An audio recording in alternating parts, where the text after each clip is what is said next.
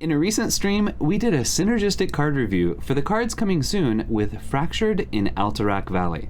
This video is an actually edited down version of the stream covering the Alliance classes. There are timestamps in the description below in case you'd like to jump to a class you're interested in. Now, let's get into it. This should be interesting. We're gonna go class by class for the Alliance classes and a few neutral cards, talking about the synergies that we can see within the set, and go ahead and, see what classes are good, what classes are weaker, if there are cool synergies that we can build around, things that we can do within, and, if what's looking interesting and exciting to experiment with. So we're going to start off with Demon Hunter, and starting off with Caria Fell Soul. So went through, looked at all the demons available in Standard right now, and this could become a 6/6 copy of a small demon, but aside from like Moarg Artificer or a couple others like Battle Fiend, nothing was really exciting, and even those are pretty weak feeling. And so obviously you want a big demon coming off of this, like Pit Commander, Ancient Voidhound, or Moarg Artificer, something like that. And it's okay, it's interesting. Obviously, because the smaller demons don't have amazing effects that we're trying to copy, and we would love Pit Commander, she'll go into a big demon Hunter, and so she makes the list together with these other big demon Hunter support cards, such as Sigil of Reckoning, 5 mana fell spell to, at the start of your turn, summon a random demon from your hand. Kind of competing with the 8/3 that summons I believe she's 6 mana, that summons a big demon from your hand as well. This is a delayed hand Skull of Gul'dan? Skull of the Minari. But only one turn. And so you're also wanting to summon a big demon, because if you summon just a small demon with this, you're sad. And so Caria and Sigil of Reckoning might go in the same deck, though I think Sigil of Reckoning might have a better chance of seeing play than Caria. But so you've got that, and then also for big demons, you've got the 4 mana 2/6 Warden of Chains, which is a taunt minion, and Battlecry. If you're holding a demon that costs 5 or more, gain +1/+2. So she becomes a 3/8 taunt, which is not bad for 4 mana. So if you've got a big demon archetype that you're building, then not bad. Obviously, you're not going to want it to be a big demon build with Proving Grounds, and she conflicts with Vandar, so you're not going to be running her and that list. But if you're just going with a big demon shell and trying to survive, then she'll basically buy you the time so that you can start dropping your big demons. And if you are running a big demon shell, you may not want as many small minions in your deck. Now, you could use Vandar in a deck with Flanking Maneuver, which is a nice 4 mana spell to summon a 4/2 demon with Rush. If it dies this turn, summon another. So basically, you've got 8 damage and removal, or a 4 damage removal plus a 4/2 body to be left over, which feels nice.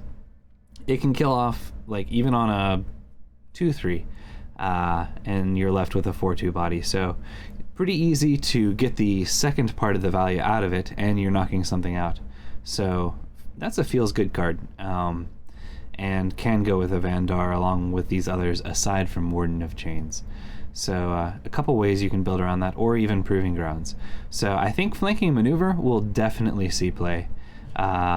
And Warden of Chains, if we get a non-Proving Grounds, non-Vandar, big demon Hunter, then perhaps.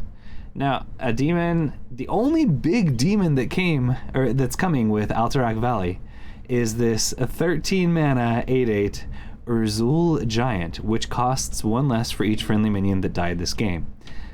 I don't think you're really wanting to yank this guy onto the board. He's not really going to be going into your big demon hunter so much. You can get him out there pretty cheap and easy, and if you've got tokens mixed with big demons, like small token spells that generate lots of little rushing initiates or something like that, then perhaps they do mesh. But generally, I think Urzul Giant is not going to fit in there. It's just we put it here because it's the only big demon from Alterac Valley. So went ahead and included that on this grouping. But the reason why he is our last card is actually because he transitions nicely into the next group of Demon Hunter cards. So the Urzul Giant gets cheaper per the number of minions that die off, and to support that, we do have a few token synergies coming to Demon Hunter. Starting off with the 2 mana 2/2 Battle Worn Vanguard, and after your hero attacks, summon 2 1/1 Fellwings. So basically, if you've got 3 mana, you're gonna get a 2/2 body plus 2 1/1s, or if you've got a weapon equipped. So not hard to get value out of this guy, and if he sticks around, you're gonna get even more Fellwings. At 2/2, he's really easy to kill off, so most likely you're only gonna get 2 Fellwings out of it. But still, that's not bad at all. And so for a token Demon Hunter and you're looking to kill off and get your Urzul out, your Urzul is already 10 mana, or dropped from 13 to 10 mana immediately after playing this guy and attacking with him, or well, as soon as those die off, which they'll die very quickly. Now if you play this guy on 2, which you probably don't want to because you didn't get to attack with it, so you're probably playing this guy on 3 and attacking with it, and if for some reason they don't clear him, then you can actually play Flag Runner as a follow-up, and then run in your little 1/1s, attack with your hero again because you'd have 4 mana at that point, get a couple more, and this Flag Runner 3 mana 1/6 will go up to a 3/6, which is pretty nice. 3 mana 3/6, not bad, and she continues scaling. And at 6 health, it's a little bit tricky to deal with. So that's a lot of tempo, a lot of pressure from Flag Runner coming out. Now, or your 2 mana play could be Field of Strife, but usually you haven't built enough of a board by turn 2 or 3 to be excited about Field of Strife. So perhaps, I'm not seeing how the mana works quite right to curve out into a token deck, but Field of Strife maybe on turn 4 or 5, and then getting that value on all the tokens. Now you will get the attack immediately, so when you play Field of Strife, which is a 2 mana spell to give your minions +1 attack, which lasts 3 turns. So this is the first of the objective cards. Each class has 1 objective card that lasts for 3 turns. And this one, obviously, you want to be buffing a wider board to get better value out of it. But you do get that 1 attack the first turn you play it, and then for 2 more turns, which means if you've managed to develop a board and then you play this into it, it's like a mini Savage Roar, a half Savage Roar, and you get to attack again, or attack a little extra. But unfortunately, your hero doesn't gain additional attack. However, if you're looking to improve your hero's attack by a bunch, the first hero card we're covering, Kurtruf's Demon Render, is very, very exciting. And we're actually going to look at him a little bit more in depth. So let's grab this. So Kurtruf's Demon Render, 6 mana hero card. Battlecry, summon 2 1/4 demons with Rush, improved by your hero attacks this game. So I assume every time we attack with our hero, we'll increase the Fellbat Shrieker by 1 attack. I don't know that its health will go up at all. And I assume it's the number of times you attack, not the amount of attack you gained. And so, for example, if you've attacked on turn 2, turn 3, turn 4, and let's say you coin this out on turn 5. So you've attacked 3 times with your hero before playing Kurtrus. That, I believe, means you'll get or 2 4/4 rushers because you've got the +3 attack. Not absolutely certain on that. That isn't terribly clear, but we'll find out soon. However, that's nice. That's very nice, actually.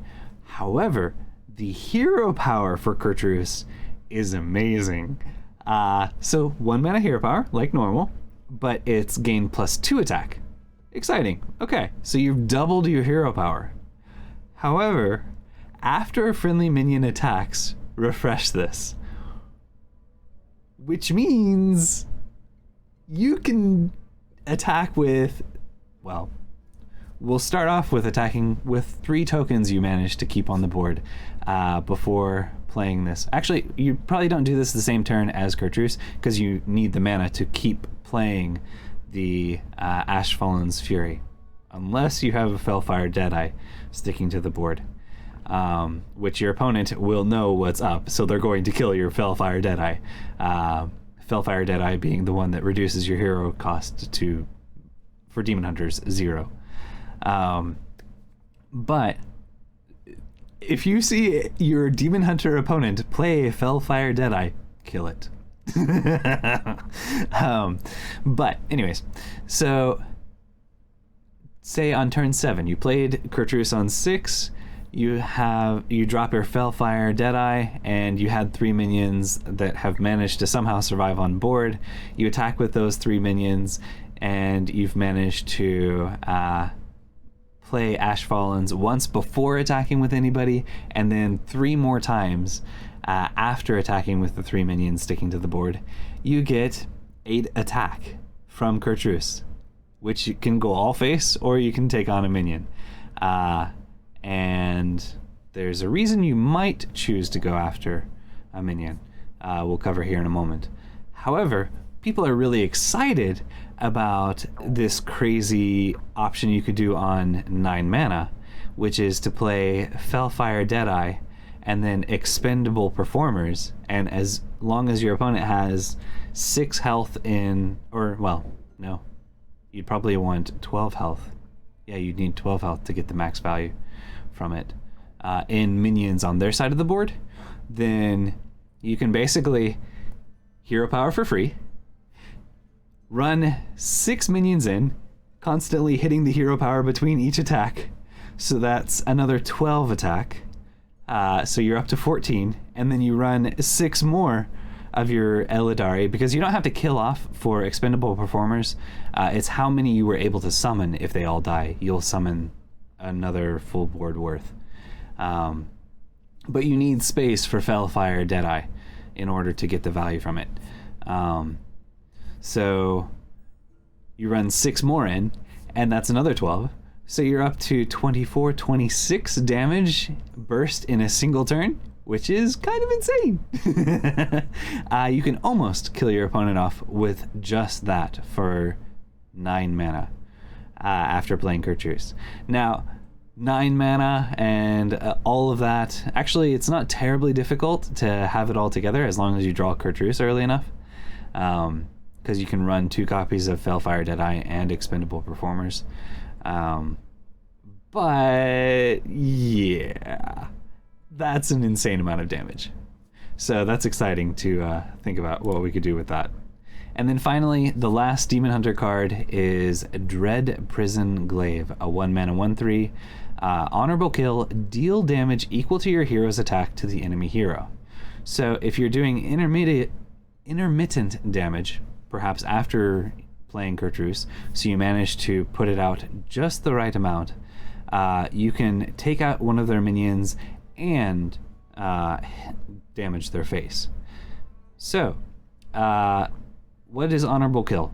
If you are not familiar with the keyword from this set, we'll go ahead and cover it here. So Honorable Kill means you deal exact lethal damage on your turn for a bonus. And in this case, the bonus is to deal the hero's attack to the opponent's face as well. Honorable Kill is an interesting keyword and requires going into minions, attacking minions for exact damage. Demon Hunter, especially with Cartreuse and your attacks and everything like that, perhaps you can build up just the right amount of damage to take down an opponent's minion. But would you run Dread Prison Glaive just for that? No, I don't think so. I don't think Dread Prison Glaive is going to see play hardly at all. Cool idea. If this had lifesteal or something like that, that would be amazing, but unfortunately not. Nizran, welcome today. Hope you're doing well, and thank you for the sub. Amazing. Awesome. 16 months. Holy cow. Thank you very, very, very much. Okay. Almost done with Demon Hunter, and then I'll chat. So let's go ahead and do a quick... I don't normally do star reviews, but I'm going to go ahead and say that Dread Prison Glaive, I am going to do it this time, is what I'm saying. So Dread Prison Glaive, going backwards, is a 2-star card out of 5. Cartreuse Demon Render is a 5-star card. Field of Strife is a 3-star card. Flag Runner, since I think the token archetype will work and she's kind of sticky, I'd say she's a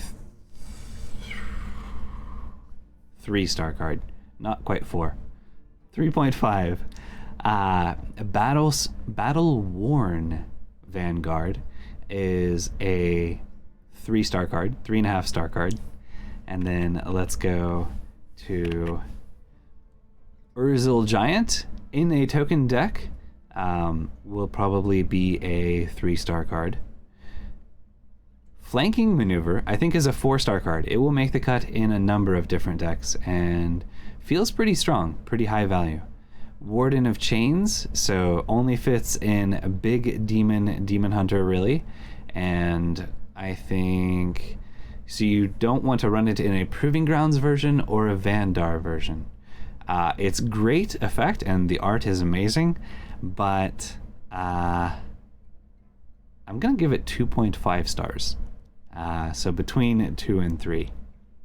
Sigil of Reckoning is worse than the 6-mana 8/3 by far, and without some kind of cheat mechanic, I mean, potentially you could play the guy who repeats all your fell spells, but it's not exciting. And so I don't think Sigil of Reckoning and that comes together. So I'm going to say Sigil of Reckoning is a 2-star card. Caria Felsil, honestly, in a big Demon Hunter, she's good. She just slots in well. I think she's a 3.5. Not quite 4, because she doesn't do anything amazing. She doesn't bring any extra value, but you can cheat out, and you get a 6/6 copy of the actual demon itself rather than the 8/3 body that's going to pull one from your hand. So yeah, sure. Caria, she's a 3.5 star. So amazing card is Cartreuse. We're excited about that. All right, Demon Hunter is done. Let's move on to Druid here in a moment. Okay, we're gonna go ahead and move on to, not Druid, actually. I lied about that, because we're doing Alliance characters today. So we're looking at Hunter next. And we're starting off with the secrets and secret synergy for Hunter. And we got one, I'm actually gonna jump to Ice Trap, because we got one new secret with the set, which is Ice Trap, 2 mana, secret, Frost secret. When your opponent casts a spell, return it to their hand instead. It costs 1 more. That's great. That's like super disruption. In the current meta, I'd say it's even quite a bit better than Freezing Trap, because everybody is playing spells. I don't think there is a 100% minion-based deck. And so Ice Trap will get value, it is strong, and it disrupts them. And depending on which spell they play, even Coin, it becomes a useless card in their hand, and they had to use it to play around. But just about anything else, they don't get to do what they were planning to do, and if it was an expensive spell, you force them to pay twice as much +1 in order to get that spell equipped. So Ice Trap, very strong, very powerful, will be a little bit of a skill testing card, but very nice and disruptive. And so that puts us at 6 secrets in Standard. Explosive Trap, Freezing Trap, Ice Trap, the Animal Companion one, the Pack Tactics, and then Snake Trap. So those are the 6 available in Standard right now. So you could have potentially, if you filled all secrets, you could have 12 secrets in your deck. Now, we've got several cards that are designed to pull secrets from your deck, including this Dun Baldar Bunker. At the end of your turn, draw a secret and set its cost to 1. So if you've drawn, most decks are probably only going to run 6 max secrets. So if you've already drawn 1 or 2 of your secrets, your second copy of Dun Baldar Bunker is not as exciting. However, what is nice is that you are thinning your deck with this. So you pay 2 mana, and you're essentially getting over time 1 mana discount on your secrets. And you get to pull them from your deck, so it's card draw all bundled into one. It's delayed card draw, and you don't get to play any secrets right away, but you'll be able to follow up your next turn with a 1 mana secret. So pretty nice. And then you've got Spring the Trap, deal 3 damage to a minion, and cast a secret from your deck. Honorable Kill, cast 2. This is nice, because it will go ahead and put the secret into play. And you can, deal 3 damage to a minion. Okay, so it has to be targeted to the minion, you can't go face, but you're still getting value from it. 4 mana, 3 damage. Feels bad, but you get, it's actually 2 damage, or 2 mana for the 3 damage, because you're paying essentially for the secret, and you're getting it card drawn out of your deck, thinning your deck. So this is great value even without the Honorable Kill, and then Honorable Kill, you're paying the mana cost of 2 secrets, getting a free 3 damage on a minion, which all feels great. You probably, since there are only 12 possible, and usually probably only 6 you're going to be running in your deck, maybe 8, you're probably not going to be running Dun Baldar Bunker and Spring the Trap in the same deck, because you draw your secrets with your Dun Baldar Bunker, your Spring the Trap lost all its value, secret value at least. It still has the damage, but it's sad. So there's a little bit of counter synergy because you only have so many secrets you want to run, unless you're really trying to thin your deck and get to, I don't know, your big beasts or something like that you're trying to overwhelm the opponent with. Or you're using Petting Zoo as a way to get value from all these secrets you've managed to pull out. Because Petting Zoo is still in Standard. It's from Darkmoon Faire.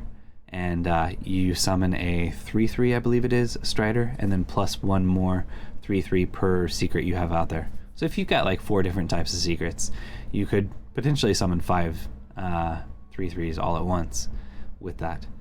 But that would be a little bit later. All right, so speaking of secret synergies, we've got Ram Tamer, 3 mana 4/3 with Battle Cry. If you control a secret, gain +1/+1 and Stealth, which is very nice. So she becomes a 3 mana 5/4 with Stealth. So the opponent can't remove her unless they have quite the high damage AoE. Or, you have another minion out there and they can Hysteria it or something into your stealth minion. So, she definitely goes into a secret synergy deck. Obviously, you're not going to be running her in a Vandar deck, so you could be running all of these cards in a Vandar deck until Ram Tamer.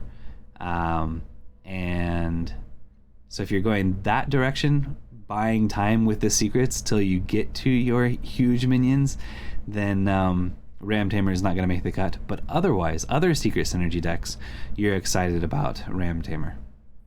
And then the last card that has lots of secret synergy going on is Beast Stalker Tavish. And let's look at him a little bit closer. So Beast Stalker Tavish is a 6 mana with Battlecry. Discover and cast 2 improved secrets. And the improved secrets are usually about double value, except for this first one, Improved Explosive Trap, does 3 damage to all enemies instead of 2. But then Improved Freezing Trap will cause whatever minion your opponent attacked in with to cost 4 mana more instead of just 2 mana more. Improved Ice Trap, the new secret, will cost 2 more, the spell that gets bounced back to their hand. So great disruption tool there.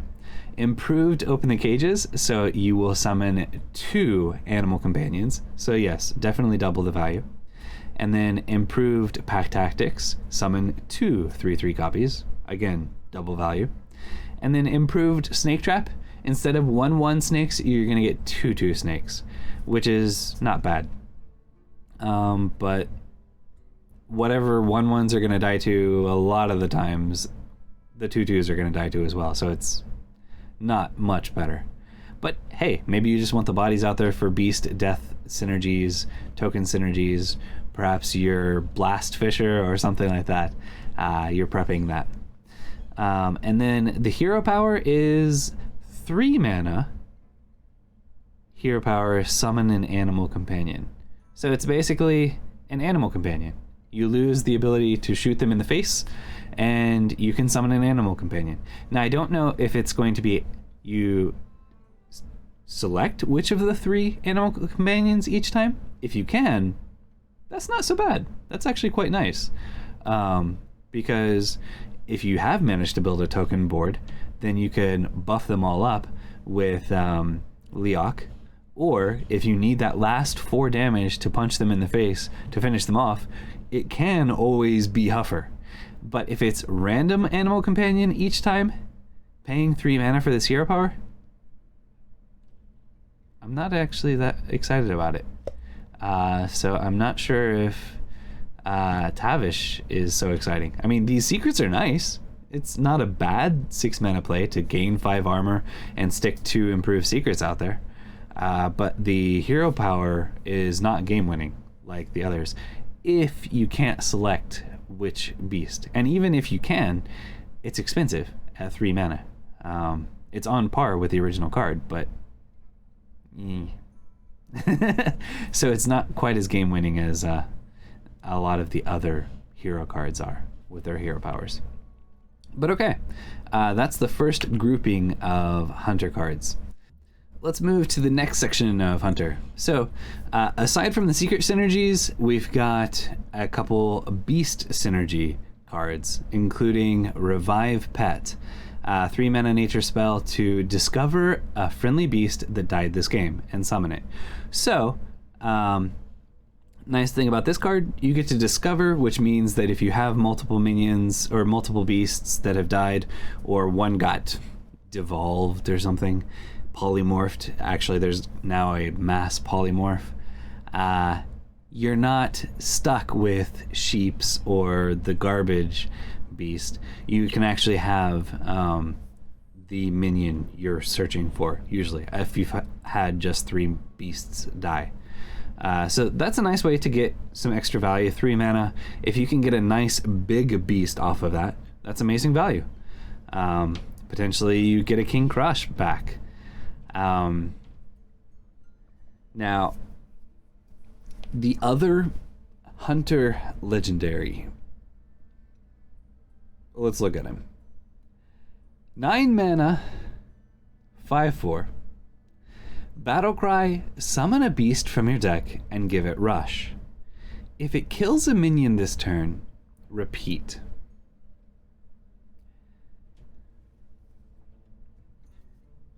You pay 9 mana, so you have to wait. There aren't really mana cheat options for Wing Commander Ikman in Standard, and so you have to wait until 9 mana. The body is terrible, but we don't care about the body. Generally, we're looking for the effect from his battle cry. So you draw a minion from your or a beast from your deck. Hopefully, you've still got some beasts left in your deck by the time you reach 9 mana. You didn't draw them all, or else you cry a bit inside. But you summon a beast from your deck, and like the really big beasts that you want off this, like King Crush, you want to go face with King Crush. Other ones. Do you run Savannah Highmane just to get value out of this? Because that's not bad. Or this next card we're going to look at here in a second. And then there's like 1 or 2 other big beasts that might be okay off of this. But in order to get the added value off of this, you have to run your beasts into minions on the opponent's side of the board. If your opponent has minions that they actually play out. And then your minions or your beasts are easy to remove, and you've managed to maybe swing the board. Again, hence the reason I'm thinking maybe you actually run Savannah Highmane if you're running this card, or you run this next card, which actually looks amazing. 7 mana, 5/6, Mountain Bear. Taunt and Death Rattle. Summon 2 2/4 cubs with Taunt, which are those 3 mana 2/4s. So that card is great. I'm not excited about running Mountain Bear in and almost killing it off onto one of my opponent's minions off of Wing Commander.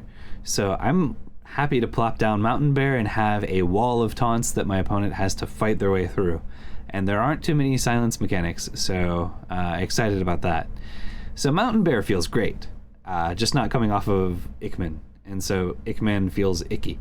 I'm not excited about him at all, unfortunately. I'd love to build something fun and interesting around him, but even the most creative things I can think of, I want to charge with King Crush. And like King Crush, Dire Frenzy, so you manage to pull like 3 King Crushes out of your deck. They're 12/12 King Crushes.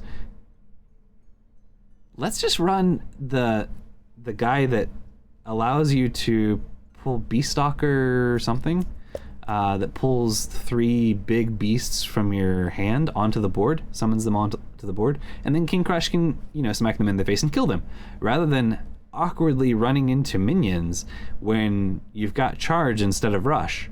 Like, the most creative, fun things you could do with them, and by the way, if you've managed to Dire Frenzy King Crush, you're already winning. Ikman, he's icky. Okay. But off that, onto a different tangent. Let's look at Stormpike Battle Ram. 4 mana, 4/3 beasts, rush, Death Rattle. Your next beast costs 2 less, which means turn 4, Stormpike Battle Ram, run it in. It dies, and next turn you can play Mountain Bear for 5 mana. Feels great. And you can then revive pet a Mountain Bear, because if those were your first 3 beasts, all you have in the death pool are Stormpike Battle Ram, Mountain Bear, and Mountain Cub. And so you'll be guaranteed to be able to get a Mountain Bear back for just 3 mana, or 2 Mountain Bears if you got 2 revive pets for 6 mana. So that's your turn 4, turn 5, turn 6. Super value. So yeah. And then Bloodseeker is a 2 mana 2/2 honorable kill, gain +1/+1. Thing I like about Bloodseeker is that you can basically go infinite until you're ready to smack them in the face. with a super buffed weapon, because you attack in with the 2/2, kill something off that had 2 health left over, and this goes up to a 3/2, and then a 4/2, and then a 5/2. And you can actually smack them twice in the face, or you can smack them once in the face, and then switch back to honorable kills again. The challenge is that you need ever-increasing health of enemy minions. You need to exact kill it each time, because honorable kill, the condition is you have to exact kill it.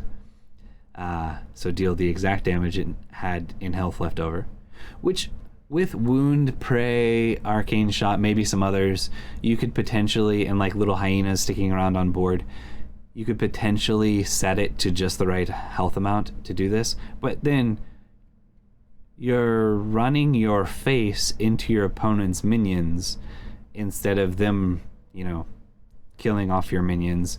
So you're controlling the board with your face, but taking all this damage.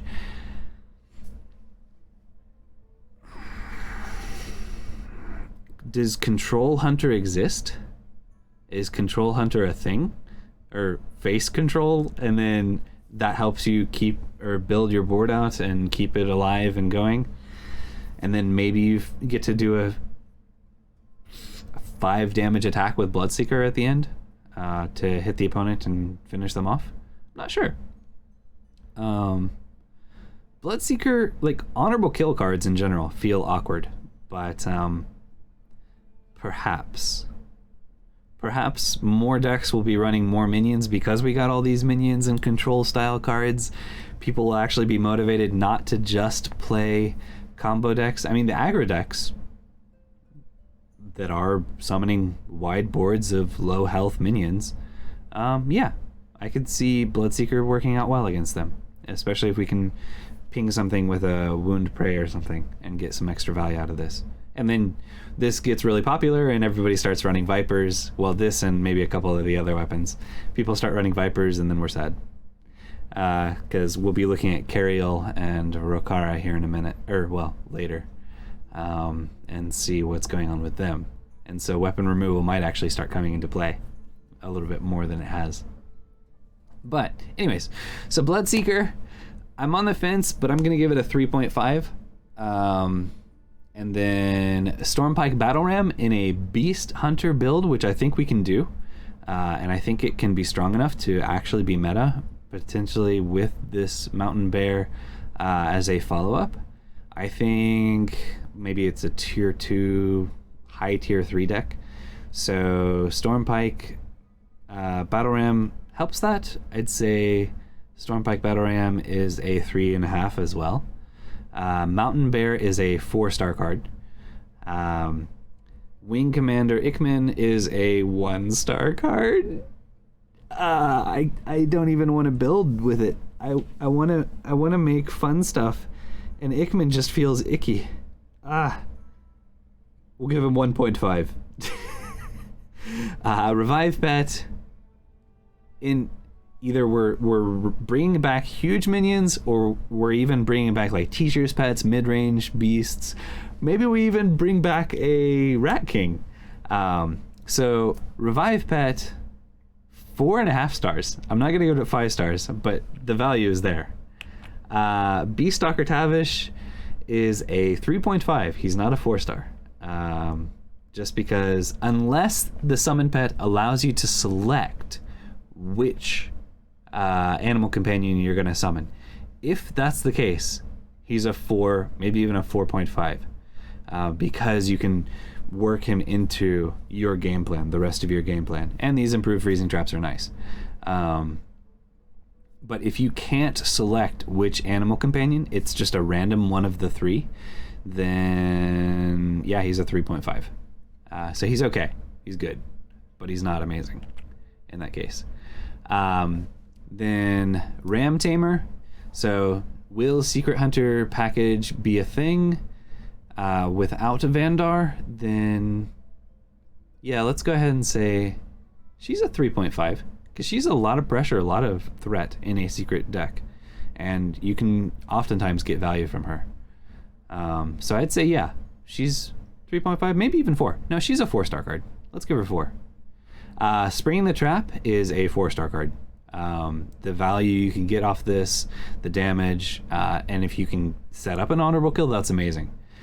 So yeah, Spring the Trap in a secret deck, great. Ice Trap, 4.5 stars, not quite 5. Maybe the best secret we'll have available in Standard, because it will hit just about every deck.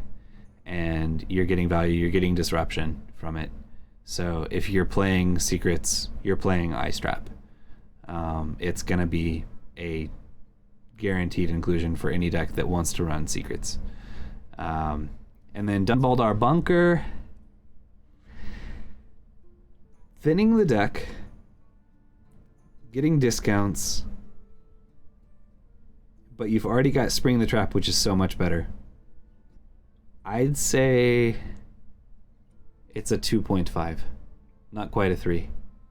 So let's give it a 2.5 for how strong I think it'll actually be. I don't think it'll be included in most decks. I think Spring the Trap will be included in secret decks. But because it doesn't equip the secret right away, it just draws it and discounts it, which the draw is nice. But I don't think, when you've got Spring Trap coming with the same set, I don't think you run both unless you're really trying to thin your deck. And yeah, so Spring the Trap, much better. Okay, so that's Hunter. And now we're done with Hunter. And now comments. Let's move on to the next Alliance class, which is Paladin. All right, so first off, we're going to start out with Big Minion Cheat Paladin archetype. And we've got a couple cards for that. Starting out with Cavalry Horn, a 5-mana 3/2 weapon with a death rattle to summon the lowest cost minion in your hand. Obviously, you don't want small minions in hand in order to get actual value from this. You want to be cheating out big bodies. So this goes in a commencement style of deck. And Paladin has a couple really nice, really big minions that you could do. And you've got enough spells in the class to hopefully keep you alive. And you've even got some token generators to keep you going. So yeah, I think Cavalry Horn is pretty cool for that. Now, unfortunately, because this has 2 durability, that means you're usually not getting the death rattle off of this until turn 6 at the earliest, unless you manage to coin this out on 4. And then you get a 5-mana, or turn 5 summon onto the board. And so you need a big minion in hand, which usually... The commencement, you want to pull it from your deck. If you got unlucky and got the big minion in hand, you didn't really have a way to get value from it until you actually had the mana to play it out. Cavalry Horn shores up that weakness a little bit for the archetype. So it becomes quite a bit stronger. And I think you do go ahead and include Cavalry Horn. And a couple of the big minions that you could potentially summon off of Cavalry Horn or commencement in that deck are Brasswing, which is an 8-mana 9/7 dragon. At the end of your turn, deal 2 damage to all enemies. Honorable kill, restore 4 health to your hero. Paying 8 mana for this feels bad. You don't have taunt. 2 damage to all enemies is not usually enough. However, if you can cheat this out a little early with commencement or with the Cavalry Horn, feels great because it's recurring every single turn. It's going to do 2 damage until they clear it. So they've got to clear it. At 7 health, it's not a glass cannon, so it's going to take some actual resources to remove. And if they are a wide token board, then you might have taken out a couple of their smaller health ones with this, so they might actually have difficulty removing it. And you have the upside that if you did actually manage to perfectly kill, so one health minions won't give you any healing, and 3 health minions, it has to be exactly the damage to kill it. You'll get an upside of healing 4 health per minion that dies, which is a nice upside, but you don't really you don't count on that. you're counting on the 2 damage at the end of turn and the nice big body. And off of Commencement, it will have Divine Shield and Taunt, making it even more difficult to deal with. Off of Cavalry Horn, it's still early AoE. Steamer Fund, welcome to the lab. Thank you for the follow. Okay, so we've got Brasswing as a potential pull off of Cavalry Horn and Commencement. Off of Commencement feels great. And then another one that might be nice is Templar Captain.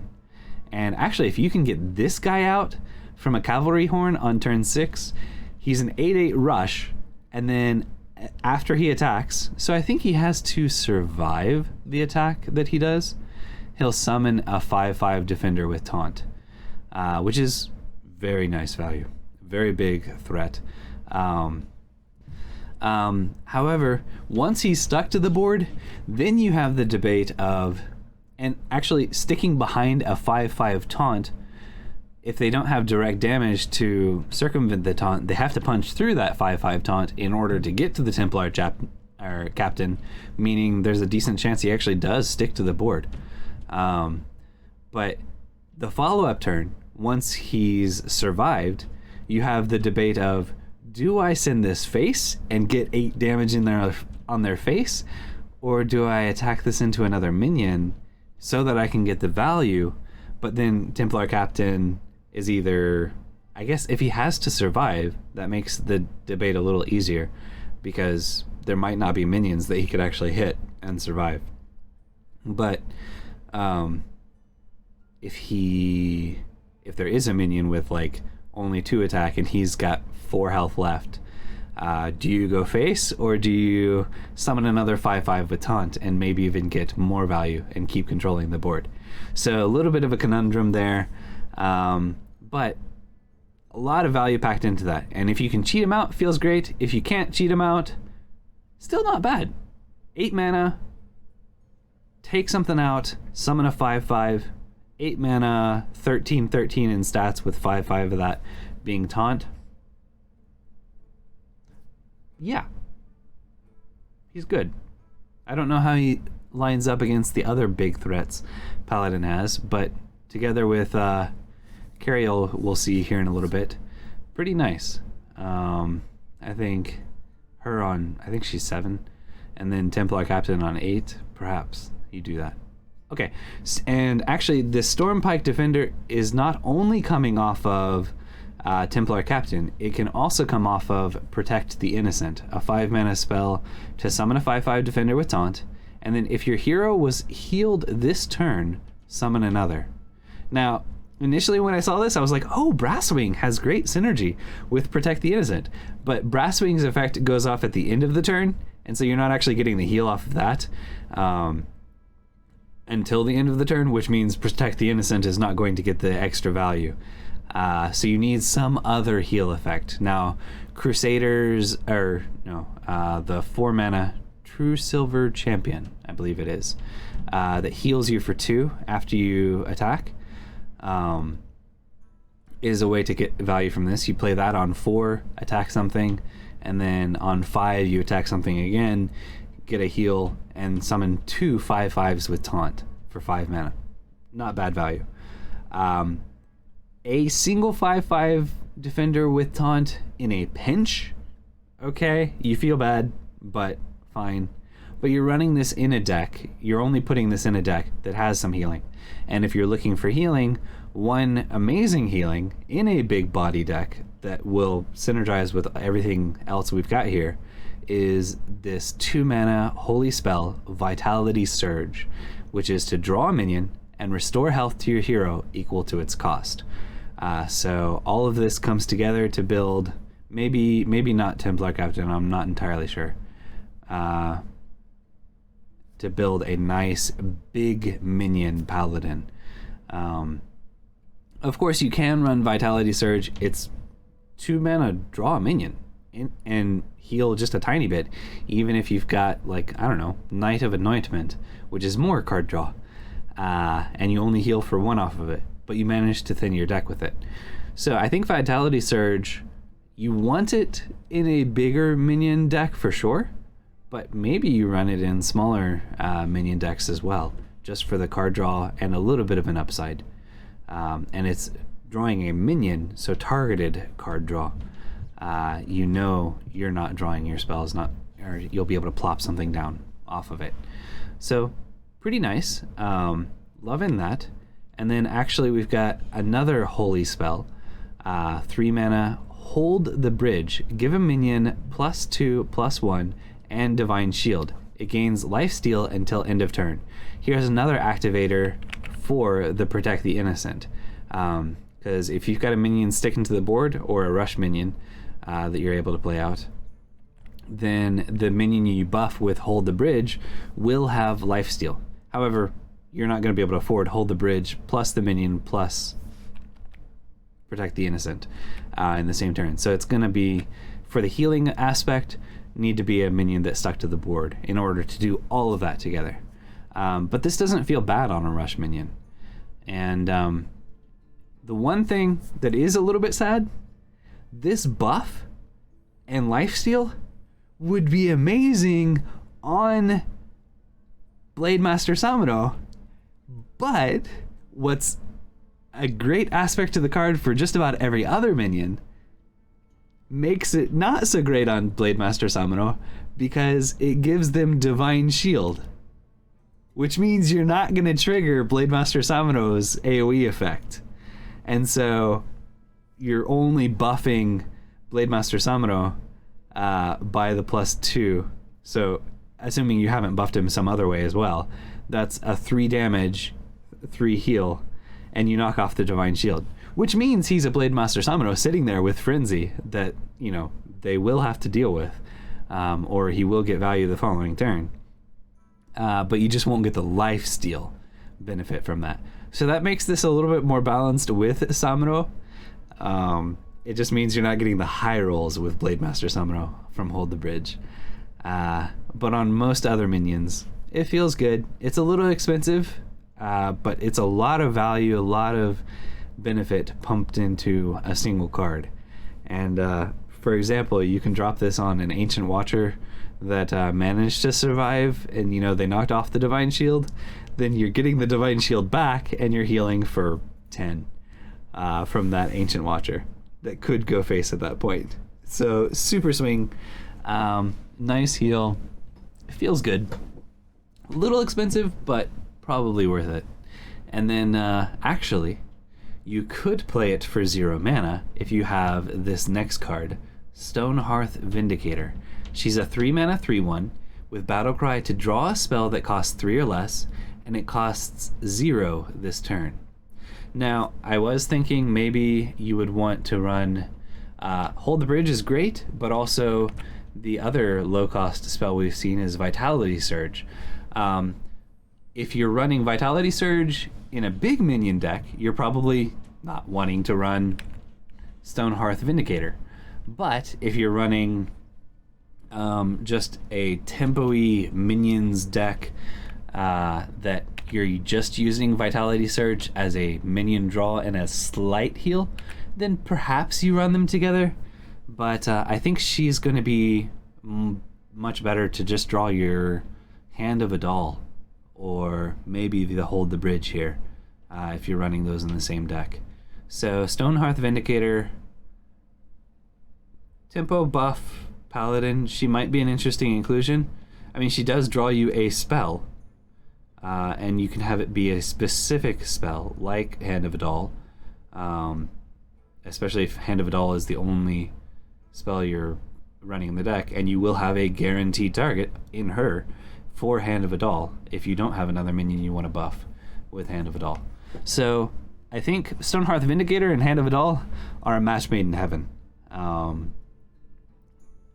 And obviously the drawback to playing Hold the Bridge on Stonehearth Vindicator right away is that while she goes to a 5/2 with Divine Shield, nice big kind of sticky threat, you don't get the lifesteal aspect at all. But that is a 3 mana play for a 5/2 with Divine Shield.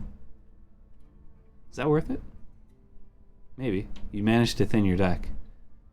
Maybe. And then we've got Dunbaldar Bridge, 4 mana. After you summon a minion, give it +2/+2. Lasts 3 turns. So not hand buff, but played buff. You're spending 4 mana, which means if you're playing this on curve or anywhere close to curve, you're probably not getting value on turn 1 of 3. But the following turn, you might be able to load out the board with a couple of cheap token minions. And so you manage to play, I don't know, turn 4 you play this, turn 5 you play the Bannerman, Alliance Bannerman, and a 2-cost minion that you've got, and you've got all these extra stats going on, and then turn 6 you play another couple minions, and you've basically taken over the board. Is the idea, but you took a turn 4 pass essentially in order to get that. So I'm not sure if it's going to be worth it. However, if you've got really amazing value in your minions that you're sticking to the board, or you're playing just good heavens, they're making a lot of noise up there. Wow, I apologize for that. I don't know how much is coming through, but they're stomping around. Oops. Yeah, I'm not sure. It doesn't fit in. You're losing a lot of tempo to play it out, and so you're playing it to get extra stats on minions, and then, but if you're dropping huge minions that are more expensive than 4 mana, it's just +2/+2 to them. Do you care? So it's interesting, but I don't know where it fits. I mean, it is more buffs, but it's a really slow turn 4, and then if you're playing it later in the game, I'm not sure if the +2/+2 is worth it. So, interesting card, fun card, but maybe not so powerful. And then we've got Synergistic the Scarlet, the non-hero card legendary. He's a 3 mana 2/2 with Rush. Whenever this minion gains attack or health, double that amount wherever it is. So in deck, Invigorating Sermon could buff him by +2/+2, but usually in hand, you're using your hand buff cards, including like Alliance Bannerman, something like that, and he's gaining +2/+2 from all that. And then because of the Rush, he could become quite the nice threat. And if played in conjunction with Dunbaldar Bridge, that +2/+2 becomes +4/+4, and he's quite strong. So you've got some really nice value from Synergistic. By the way, when I see this card from afar, like zoomed out, he looks like an ugly toy soldier. You zoom in on his face and his art, and it looks quite cool, actually. But from far, he looks kind of dopey. Sorry about the art on that. That's my impression I get from his art, is when it's zoomed out, he just looks like a awkward toy soldier with the mouth and everything. But then you zoom in and you're like, oh yeah, the beard and the eyebrows and everything, all the detail makes him look kind of cool. But zoomed out, he looks terrible. Sorry, random tangent. Okay, back to the next legendary, the major legendary for Paladin, is Lightforged Cariel. And so she's a 7 mana hero card. As always, gives 5 armor. Battlecry, deal 2 damage to all enemies. So a consecration built into it. And all enemies, actually old school consecration, because it goes face 2, hits their face as well. And then you equip a 2/5 immovable object, which is a 2/5 weapon. But the 5 durability doesn't really matter, because this doesn't lose durability. Your hero takes half damage rounded up. Now I think that applies on your opponent's turn as well, which means that if they don't have a Rustrot Viper or Ooze or some way to destroy your weapon, then all the damage you take from that point on is halved. which makes Lightforged Cariel quite resilient. And if you've got some of that nice Paladin healing, you're going to be surviving quite a bit. You're going to need like your priest opponent's questline shard to kill you, or just overwhelming board presence, or overwhelming spell damage mage, which fortunately, thank heavens, has been nerfed somewhat. So immovable object makes Paladin a lot more tricky to deal with until they Viper it. So I think this is the reason, if this becomes popular at all, which I think she will be, we'll be seeing a lot more Vipers and a lot more Oozes in the meta. And then also, she's got this nice hero power, Blessing of Queens, to give a random minion in your hand +4/+4. And if that lands on Synergistic the Scarlet, that's +8/+8, making him quite large and quite resilient. But honestly, say you have Synergistic the Scarlet and you have Bolvar, the guy who buffs anybody by +5/+5 anytime you lose Divine Shield. You've got those two in hand. You're happy wherever her buff lands, because if it lands on Bolvar, he's much stickier, much more difficult to remove. And then you play him out, and he loses his Divine Shield if they don't play the new Grim Totem guy who destroys a legendary. We'll talk about that later. But you will buff Synergistic the Scarlet by +5/+5, which is actually doubled, so +10/+10. And Synergistic becomes a huge rushing monster. So it looks like fun. And we might be playing these together in a buff Paladin style of deck. So there's some pretty cool stuff you can do with Cariel and Synergistic. And I'm pretty sure that weapon means not just when you're attacking something with the weapon, but when on your opponent's turn you're taking damage, it's halved. And if that's the case, then Lightforged Cariel will be very strong until lots of people are taking weapon removal. So looking forward to playing around with Paladin. Super durable Paladins. Let's do stars. So Lightforged Cariel, if a movable object is protecting you on your opponent's turn as well, which I think it is, she's a 4.5 star card. Not quite 5, but she's definitely a 4, and I think she's 4.5. Synergistic the Scarlet in a buff style deck, which we already have a buff style deck that he slots into quite nicely. Almost 5 stars, still 4.5. Not quite meta warping, meta changing. He just slots in very nicely and makes a nice big threat. But yeah, I think he does see inclusion, and he's pretty powerful in it. So 4.5 star card. Dunbaldar Bridge, 2.5. Not quite 3 stars, not quite meta. I don't quite see it coming together because it is awkward. Even at 3 mana, it would be a little bit awkward. So yeah, I don't think it quite makes it. Stonehearth Vindicator is, I think she's a 4-star card, just for the Hand of Adal. So I think she sees play. Hold the Bridge is a 2.5 star card. It's good. It's just not amazing, and it is a little bit expensive for what it does. So I don't know that it makes it quite makes the cut in your typical meta decks, but it might make the cut in a meta deck. Vitality Surge, gonna give it 4 stars. It's draw a minion, targeted card draw. It's healing, great in big minions, but also okay in non. So yeah, I think it sees play, but it's not meta warping or anything like that, so 4 stars. Protect the Innocent, 3 stars.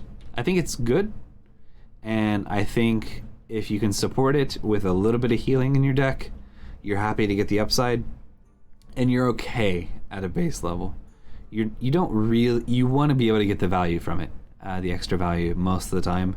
So in a deck that's running some kind of healing, maybe we finally build a Libram Paladin with Veteran War Medic and the 2/2s that have lifesteal, and this makes the cut there. It's not a holy spell, but I think it'll be fun and interesting. So Protect the Innocent has some interesting applications, and I think it might, I think it has a decent chance of making a meta deck, because there's enough healing options in Paladin that this can probably see play. So 3 stars. Templar Captain, I think he's good, and I think he's good in a big style deck with Commencement and Cavalry Horn. I think there's enough for Big Paladin to actually be a meta deck. So I'm going to give this 3.5 stars. Not quite 4, because Big Paladin might not be strong enough to be a good meta deck, but it's definitely strong for that deck. Brasswing, 3 stars. If you can cheat it out with that deck, the Big Paladin deck feels good. Any other deck feels awkward, and I don't think Big Paladin will be a tier 1 for sure, and I don't even know if it'll be tier 2. I think it'll be high tier 3.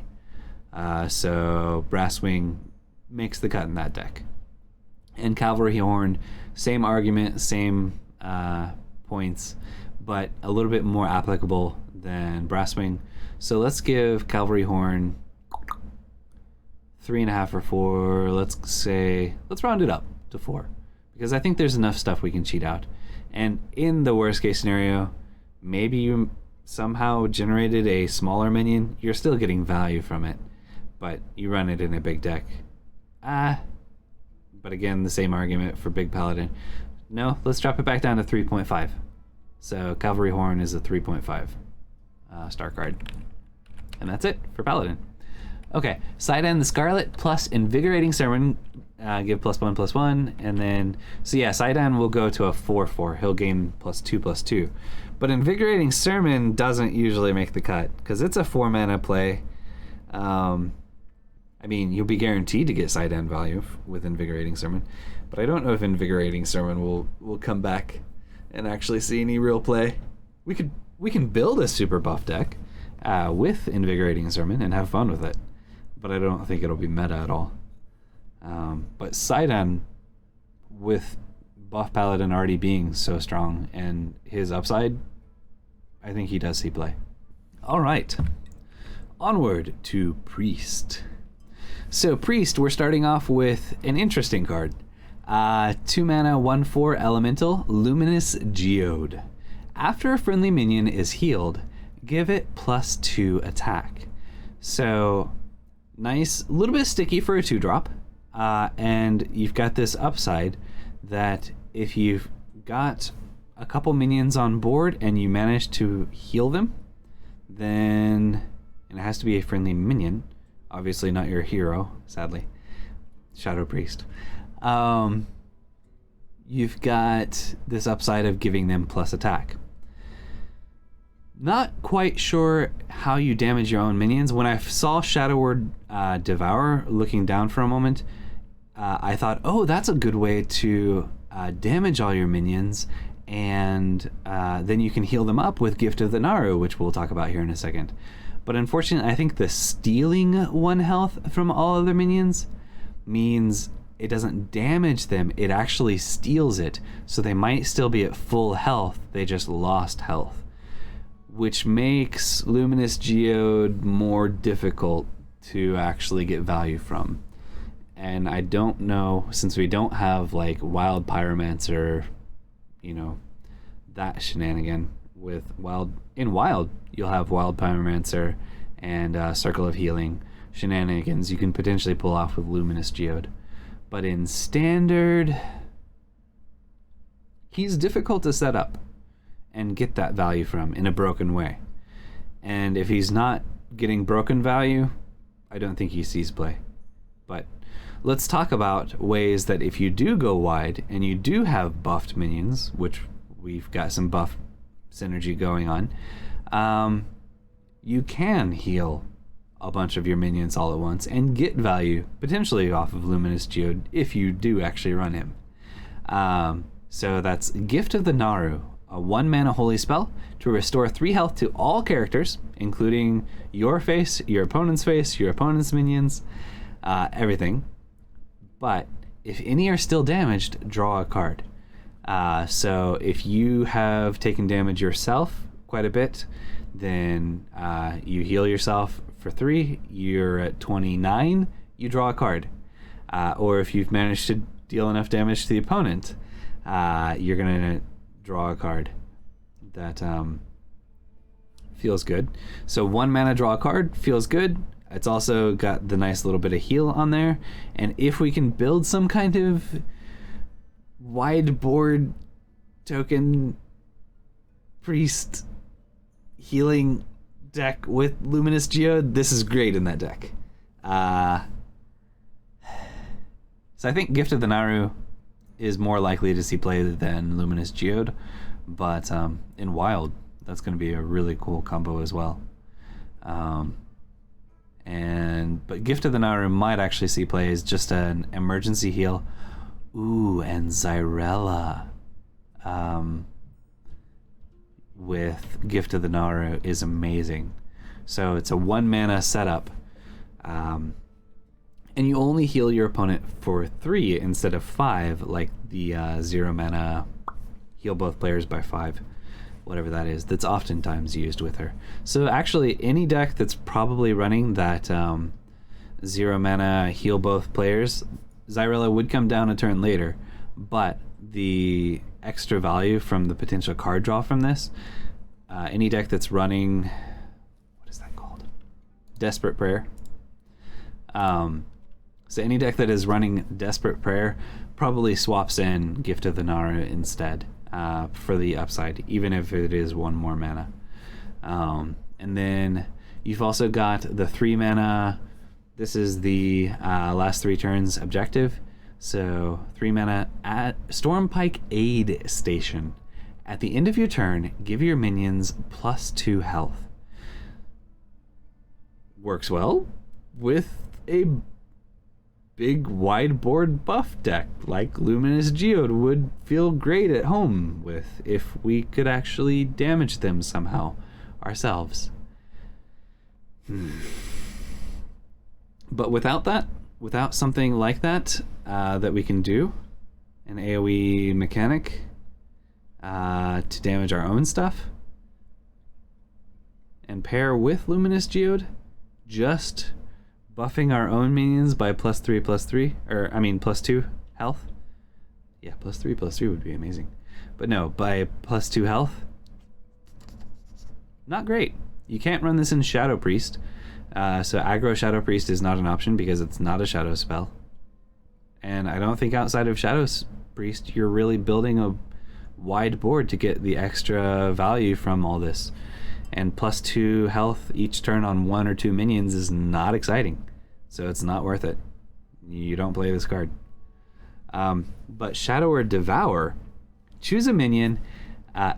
So Shadow Word Devour is a 1 mana spell, shadow spell, obviously. And you choose a minion. It steals 1 health from all other minions, including your own minions. But you could super buff a minion with this. I wouldn't be surprised if there's an achievement where you have to buff a minion by 13 with Shadow Word Devour, and we're going to play Mad Summoner and Shadow Word Devour, and we're going to super buff a minion. But that's in Wild. In Standard, so this is a way to deal with 1 health tokens, but really just make a super buffed minion. And why would you want to super buff the health on a minion? Well, what if Inner Fire were back in Standard?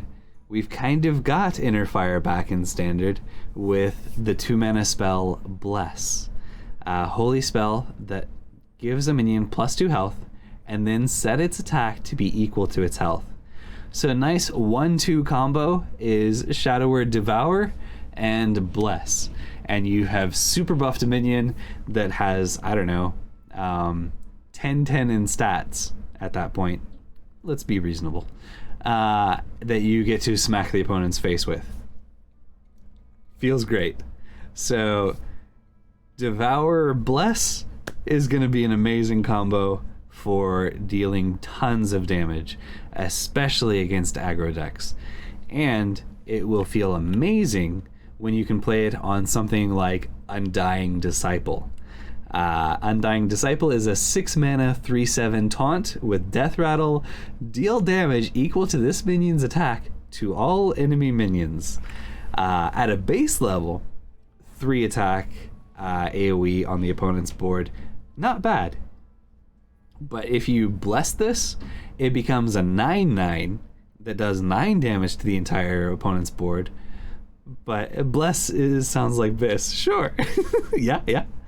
And then if you've managed to Shadow Word Devour Bless Undying Disciple, she's just a massive taunt that they have to deal with and annihilates anything that they've got on the board, unless they have Divine Shields.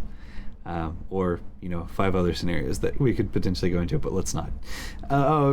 So, Undying Disciple by herself is just a nice big anti-aggro roadblock that, when paired with Bless, becomes amazing. And so something I'm really excited. I'm not excited to be facing against it, but I'm excited to experiment with her. I think she'll be very interesting. But I'm not looking forward to seeing Res Priest, Super Res Priest back. It's not as bad. Actually, no. Is she worse than Convincing Infiltrator? She might be worse than Convincing Infiltrator. I'm not sure. You're not guaranteed to destroy an enemy minion. Aggro is going to hate Undying Disciple. But I think she might actually be worse than Convincing Infiltrator when you're facing her. We'll see. Undying Disciple, we might grow to hate her very quickly. But anyways, speaking of things you might hate, Najak Hexen, if I'm saying that right, is a 4 mana 1/4 legendary, and Battlecry, take control of an enemy minion. Welcome ZX Soul. I like Priest, so I'm glad to be able to play it again. Priest will have some really cool tools, including Xyrella, we'll cover here in just a moment. I think the Shadow Word Devour, Bless, and Undying Disciple package is all really strong, and to actually help you draw that, we've got a really cool card here in a moment we'll talk about. But Najak Hexen, interesting card. So from an aggro deck, you can basically pull an enemy's taunt out of the way and send all your minions face. In a little bit of a more combo interesting deck, you could maybe run Silence, but more likely you're running a Transform or Bounce effect. Now I wonder how... Oh, no. It will die immediately, so no, that doesn't work. I was going to say Disciplinarian Gambling might be interesting with this, but the Death Rattle will go off. So no, Najak is terrible with Disciplinarian Gambling, because they do die and get replaced by. They don't transform into a 4/4. You still get the Death Rattle effect, which is normally great, but in this case wouldn't work. So Najak Hexen with silence effects or bounce effects, like Youthful Brewmaster or something, would be good. And in an aggro deck to get rid of a taunt or get around a taunt, or steal one of their big rush minions. Good heavens. Somebody steals... You're playing Warrior and you play Kargath Prime somebody steals your Kargath Prime with this and kills off your Kargath Prime and gains 10 armor, it's gonna feel so bad. The tilt factor will be coming. But Najak, pretty interesting. And I mean, if it is a taunt minion, maybe they have to actually kill the taunt before they can get to Hexen. And so the Death Rattle downside isn't actually there. So you've got some interesting use case scenarios for Hexen, and it's going to be a tilting card when you're facing it. I think Priest will still get smoked by the Quest X, though. Yes. Unfortunately, or fortunately, no, unfortunately, probably. Excuse me. Yes, I think they will as well. Excuse me. Okay. Next up, we've got Deliverance, 3 mana spell, holy spell, to deal 3 damage to a minion, and then Honorable Kill, summon a new 3/3 copy of it. So Smite is 1 mana, deal 3 damage to a minion. Deliverance is 3 mana, deal 3 damage to a minion. So if you're not getting a new 3/3 copy of this, or of the minion you're killing, Deliverance is totally not worth it. So Honorable Kill, but 3 damage is much more common. So if you knock something down, like a nice big Death Rattle down to 3 health, and then you finish it off with Deliverance and get that super value, it's great. If you get a taunt off of this, it's good. There are quite a few interesting case uses, and against an aggro deck, as just another way to clear a 3 health minion and get some extra swing value, pretty good. So maybe Deliverance makes the cut in a control deck. I'm not entirely sure if it's going to be worth running. You'll be happy to discover it, but it might make the cut in a control deck. Have to look at the whole control package, spell package. And again, it is a nice swing value with a card like Vandar. So you've got some really... This is a nice control tool to buy you some time and help you fight for the board a little bit, perhaps, in a Vandar deck. So I can see Deliverance and Vandar going well together. And then Spirit Guide is 5 mana 5/5 taunt with Death Rattle, draw a Holy Spell and a Shadow Spell. Holy Spell and Shadow Spell I'm excited to see is Shadow Word Devourer and Bless being pulled off of this. So Spirit Guide is great. If they can't silence or transform it, they have to kill it, and you get 2 cards off of it. So 5 mana 5/5 taunt, okay. I mean, we talked about that in Paladin. It's not terrible. But then you've got this amazing Death Rattle upside to draw 2 cards from your deck, and they're targeted. Obviously, well, I suppose you could play this in a Shadow Priest and just draw a Shadow Spell off of it. It'd probably still be fine if you've got a more control-y style of Shadow Priest and you just disregard the Holy Spell aspect of it. Maybe okay, still, in that deck. But in a regular control style deck, and this Death Rattle being able to go off multiple times, thanks to the next card we're going to talk about, Spirit Guide, very, very nice. Card draw, taunt, decent stats, all bundled into one. I think it's very, very good. And then we have Zyrella.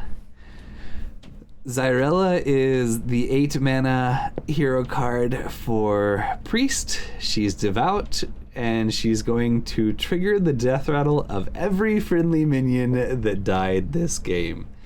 So heal all your minions and your face by 8 thanks to the elemental, 6/6 taunt elemental. Over here, Light Shower Elemental. Draw a Shadow and Holy Spell thanks to Spirit Guide. Deal... Question. Undying Disciple. Deal damage equal to this minion's attack to all enemies. Will Zyrella deal 3 damage to the enemy board when she repeats Undying Disciple's Death Rattle, Or will she not deal any damage? Because she's not a minion. She doesn't have any attack. I think actually she might not deal any damage from Undying Disciple. But if she does, it'll be probably the base level 3 damage. Even if you buffed Undying Disciple up. So I'm not sure about that. But still, the value coming off of her battle cry is amazing. And then I believe you start with Holy Touch when you play Xyrella. So if you've got 10 mana, you can immediately heal yourself or a minion out there by 5 health. And by the way, we're not even talking about like Moarg, Forge Fiend, or Proto Drake, like the insane value summoning minions onto the board you could potentially get off of Xyrella. But that's a super greed deck, and I don't know that that's going to come together. But you might be able to do an amazing heal, keep yourself stabilized, alive, and then start casting damage every other turn. So I believe Holy Touch and Void Spike are going to swap out with each other every single turn, whether you use them or not. So you start with Holy Touch, maybe stabilize even more, that 5 armor, that 5 health, and then any healing you already had in your death rattles, like just super. I drew this card, I top decked this card, and won the game. I stabilized, I had 2 health left, and now I'm at like, let's see, 8, 16, plus 5, so 26. I was at 2 health, and now I'm at 26 health. Or, no, 28 health. Because I healed from 2 Light Shower Elementals, used Holy Touch, and I gained 5 armor. It's like super swing card. And then I can start either knocking out your threats that you stuck to the board with this hero power, or I can just smack you in the face for 5. And keep healing myself and smacking you in the face. Xyrella is strong in a control deck. And she's a great 8 cost for questline priest if you're doing that. So just all around amazing card. I think she's the definition of a 5-star card. So Xyrella is a 5-star card. Spirit Guide is a 4.5. Not quite 5 stars, but good. Deliverance is a 2.5 because I'm not entirely sure it goes into meta decks, but it might. And so yeah, we're gonna give it 2.5. Najak, interesting card, can see play in a number of different decks. We're gonna give it a 3.5. And then Undying Disciple, 4.5. I don't think it's 5 stars, but good heavens. Res Priest, we're gonna have PTSD from Convincing Infiltrator thanks to Undying Disciple, but she's a 4.5, yeah, star card.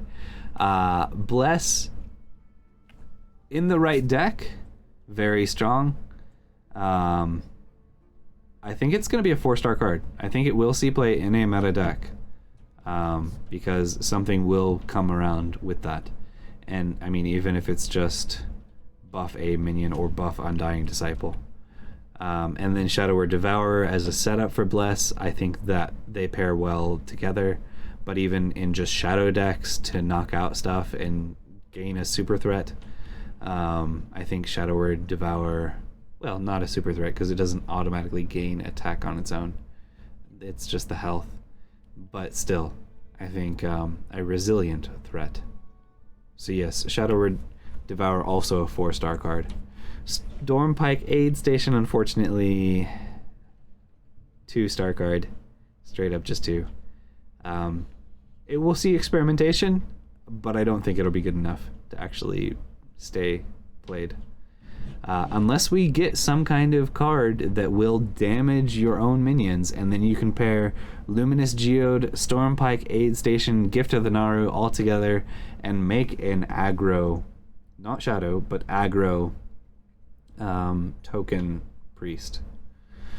And then Gift of the Naru, though, on its own, is quite good. I think it's a 3.5 star.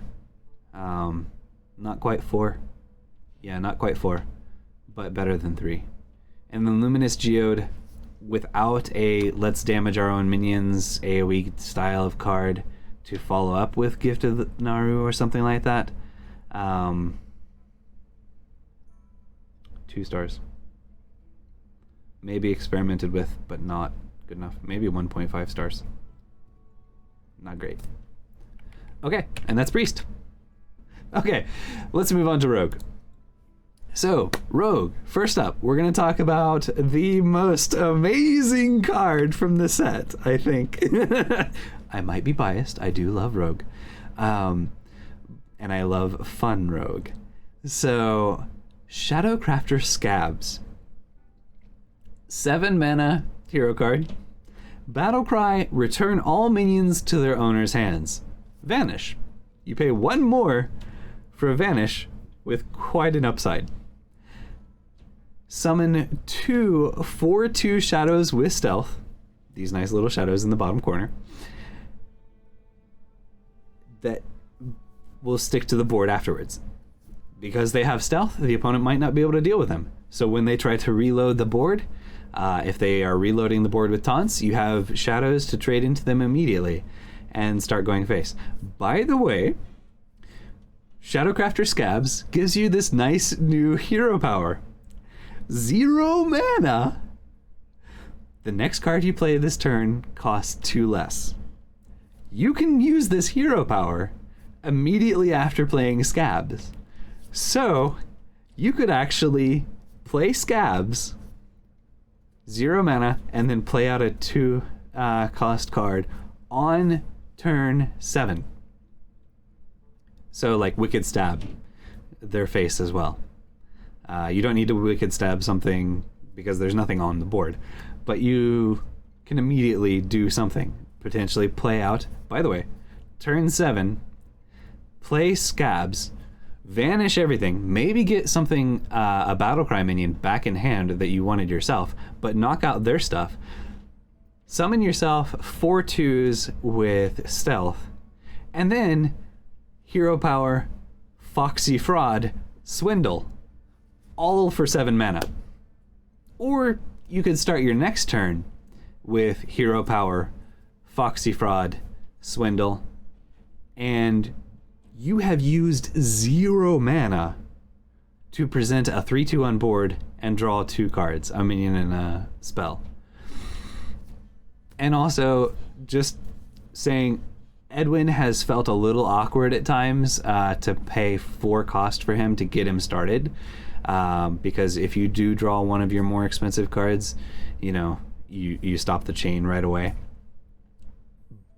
But if you play Sleight of Hand and then Edwin, you only paid 2 mana for Edwin, and assuming this has to be your turn, 8, because you had 7 mana to cast Scabs, you have 6 mana left over to play out the cards you're drawing from Edwin and build him up and cycle through your deck like mad. So yeah, Shadowcrafter Scabs is gonna be good, very, very good. And then we're gonna go to a not quite so good card, just because we didn't have anywhere else to put it when we're talking about synergies, and that's Cold Tooth Yeti. A 3 mana 1/5 combo, gain +3 attack, so it's a 3 mana 4/5 when you combo it. It's okay. I mean, hey, you Scabs, Foxy Fraud, or Scabs, Sleight of Hand, Foxy Fraud, Cold Tooth Yeti, and you have 2 4/2 stealths, plus a Foxy Fraud, plus a Cold Tooth Yeti. Actually, no, you need 1 mana to play the Cold Tooth Yeti at that point. But that's quite a swing. So Cold Tooth Yeti, okay. I mean, heck, turn 3 Foxy Fraud into Cold Tooth Yeti feels good. It's nice bundles of stats. Maybe, but I don't know that Cold Tooth Yeti makes the cut. And I mean, if you plop it down without the combo effect, you're sad. You're just, but in some more tempo-oriented, like focused on the board decks, Cold Tooth Yeti might make the cut. Okay, now let's get into the fun stuff. So let's go with Forsaken Lieutenant. 2 mana 2/2 stealth. After you play a Death Rattle minion, become a 2/2 copy of it with Rush. Feels great early on. You can play it as a 2/2 stealth. Opponent most likely can't deal with it. And then on turn 3, Death Rattle, 3 mana. We'll look at Death Rattles. And if there are really any exciting 3 mana Death Rattles. I mean, even if it's just Devouring Ectoplasm, it's okay. But later on with bigger Death Rattles, so maybe not as much excitement out of a tempo Forsaken Lieutenant. He actually feels a lot better later on in the game to get you super extra value from your nice big taunts. I mean, your nice big Death Rattles. Speaking of which, oh no, we can't run this in our double Vandar. We can't even run it in a single Vandar. So no, it doesn't work there. But with sketchy information to draw a Death Rattle minion into hand, Ticketmaster is 4 mana, so you can't curve into a Ticketmaster from Forsaken Lieutenant. But the value potential off of bigger Death Rattles is really cool with Forsaken Lieutenant. And by the way, okay, you play Forsaken Lieutenant on turn 2. You don't attack with him on turn 3. You play Snowfall Graveyard on 3. And then on turn 4, you play Ticketmaster, and you run in the 2/2 Ticketmaster and immediately trigger the Death Rattle and shuffle 6 tickets into the deck, and you have still a Ticketmaster sitting on board. Kind of crazy value. And then another card that's going to be amazing with the Death Rattle package, but also amazing to support the cards we're going to look at here in a second, is Reconnaissance. So 2 mana, discover a Death Rattle minion from another class, and it costs 2 less. So you're basically paying 0 potentially to discover a Death Rattle minion. However, most likely, unless you've already got quite a bit of mana, you're paying up front for a little bit of a cheaper Death Rattle minion to play the following turn. And what is nice is that it's a Death Rattle minion from another class, and the Death Rattle minions from other classes tend to be a lot better than just your average Death Rattle pool. So I think this is pretty good on its own. Supports a Death Rattle rogue archetype, which is going to be quite a bit of fun, but also really strongly supports the next couple cards we're going to look at. Okay, moving on to the really fun cards, other class cards for rogue. So if you play Reconnaissance on 2 and discover a Death Rattle minion from another class, you've got that Death Rattle card in hand from the other class, which will activate your double agent. 3 mana 3/3 Battle Cry. If you're holding a card from another class, summon a copy of this. And so that's 3 mana 6/6 in stats, split across 2 bodies, but still on turn 3 potentially. Very nice. And then one thing I really like about Wild Paw Null, the 5 mana 4/5 rush, cost 1 less for each card you've added to your hand from another class, is that it's for each card you've added to your hand, basically across the course of the game. So this doesn't have to be in hand in order to start getting these discounts. So across the course of the game, as you're adding cards to your hand from other classes, you're discounting the Wild Paw Null, which makes this great the moment you top deck it later in the game. But earlier in the game, you might be able to just play it out as a 3 or a 4 cost rushing Null, which is on par with, turn 3, turn 4 Goldshire Null in hand decks. Yeah, that's, well, but a lot of times turn 4 or 5, they're actually getting it for 0 mana. And you're not going to get Wild Paw Null for 0 mana. But still, it's nice. in a thief style deck. And speaking of support cards, the next card we're going to look at, not so great for thief style rogue. The Lobotomizer, 2-mana 2/2 honorable kill. Get a copy of a card, top card from your opponent's deck. Gives you some information about what they're about to draw, what they're about to have in hand. But setting up the exact damage necessary to kill a minion, not go face, to kill a minion with this, and you get a card that doesn't necessarily, I mean, if you're running the Lobotomizer, you're running these other thief rogue cards, so it does actually synergize with your game plan. But it could be a neutral card actually, in which case you're sad because you don't actually benefit with all these other cards. And yeah, no, there are better ways to get cards from other classes that are going to be better. So the Lobotomizer, not too excited about it. And then you've got Seraphine Fleet Runner. She's a 5-mana 5/5. Battle Cry. Replace your minions in hand and deck with ones from other classes. They cost 2 less.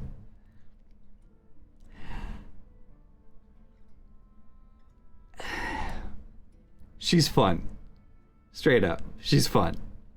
It's Lady Prestor, but and hey, maybe that's how we get a Koldara Drake. Not nearly as consistent, because Lady Prestor is so consistent, but not nearly as consistent at getting Koldara Drake as Lady Prestor, but it's possible, and you might be able to get it out for cheaper with the full stats. She's gonna be fun.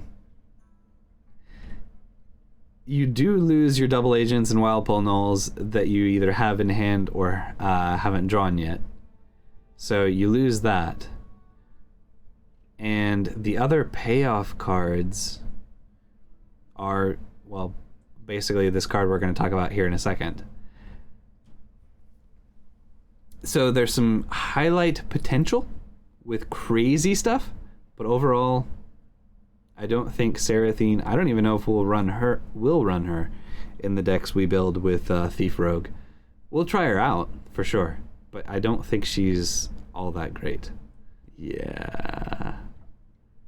But I am looking forward to playing with Maestra and Lady Prestor and Seraphine Fleet Runner for some weird, wacky shenanigans, seeing where the game takes us and not having a clue where we're headed.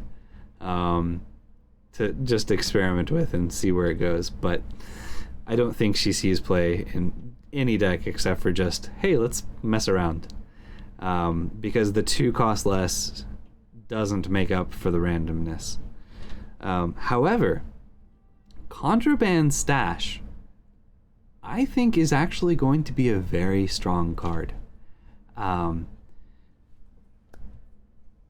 I think the deck that is actually strong, that makes use of Contraband Stash, plays Reconnaissance, Double Agent, Wild Paw Null, Swashbuckler, Wand Thief, and maybe you go the direction of Secret Rogue with Shadow Jeweler Hanar, but you don't need to necessarily. But you can target powerful mage spells and Death Rattle. Oh, Gato Obscure, welcome. Thank you for the follow. Welcome to the lab. So, I think Contraband Stash with Reconnaissance and Wand Thief in particular, and maybe Swashbuckler, is going to be reliable and powerful enough that you're excited to play it all together. But yes, welcome. Thief Rogue, I'm actually really looking forward to playing Thief Rogue in Wild with these new cards and Contraband Stash and Reconnaissance alongside Tess and all of that. So, and maybe Bizarre Burglary as well. So we're going to have to venture into Wild and experiment with that stuff again, because it's going to be fun. In Standard, I don't think it's going to be particularly strong, but with Wand Thief and Reconnaissance, I think Contraband Stash could be powerful and very well targeted. And then, yeah, I don't think Lobotomizer sees play. I don't think Seraphine sees play. But in that deck, we probably do run Swashbuckler as well. Or we go a more secret tree direction and get an insane number of secrets. And then Contraband Stash is basically a new Christmas tree that we developed. Our opponent will already know what the secrets are, but still, they've got to mess with all of it. So it's going to be quite a bit of fun. So I'm really looking forward to experimenting with Rogue, in particular this archetype. But Shadowcrafter Scabs is just insane. Would put Maestra. That would be fun. Let's see. So you can discover, with Maestra and Contraband Stash, if you're running like Venomous Scorpid, Wand Thief, some more neutral cards that can generate spells while you're the other class, that will be fun too. And so depending on which class you roll, you could get some really powerful spells, and you'll be able to discover off of Venomous Scorpid and so Pandaren Porter and Venomous Scorpid, and maybe Steward of Scrolls to discover some spells from the class we are before we reveal our identity. With Maestra.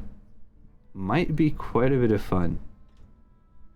So yeah, and we don't sacrifice much to play Maestra.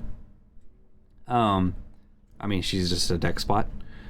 So if we realize, oh no, we really just want to tempo with what we've got, then it won't feel terrible to knock out Maestra's effect early on with one of our more tempo-oriented rogue cards. So yeah, we can put that together without sacrificing much at all. So we've covered all the alliance classes thus far. Now we're going to switch to some of the neutral cards that have a little bit of synergy with the alliance classes, or at least a game plan archetype of one or more of the classes. So this first group of neutral cards kind of supports a token-esque style, which both Demon Hunters and Paladins have going on. So we've got the 4-mana 4/4 Tower Sergeant Battlecry. If you control at least 2 other minions, gain +2/+2. Not exciting. 4-mana 6/6 outright without the conditionality is okay. With the conditionality, I mean, in a token style deck, it's essentially the same. So you only play it in that kind of deck, but the upside is just +2/+2. I don't see why you play this. And then you've got Bloodguard. By the way, Tower Sergeant, like, if you've got that, let's just play the Merchant, the tradable Merchant. Okay, so 5-mana 4/7 Bloodguard is whenever this takes damage, give your minions +1 attack. Great in a token style deck, especially if you've got whirlwind effects, perhaps in that together with the warrior objective that does whirlwind effects. However, you also need to have other minions in your or on your board that benefit from that and don't die to the whirlwind effects. So there's some weird counter synergies there. Bloodguard, it's like the Frenzy battle, the Blacksmith that has the Frenzy effect, except it can keep going off, and he has better stats. So maybe okay, but a little bit awkward to get value from. And I don't actually see the token decks we're looking at for Demon Hunter and Paladin getting much value out of him. So he's also a little bit odd, not so great.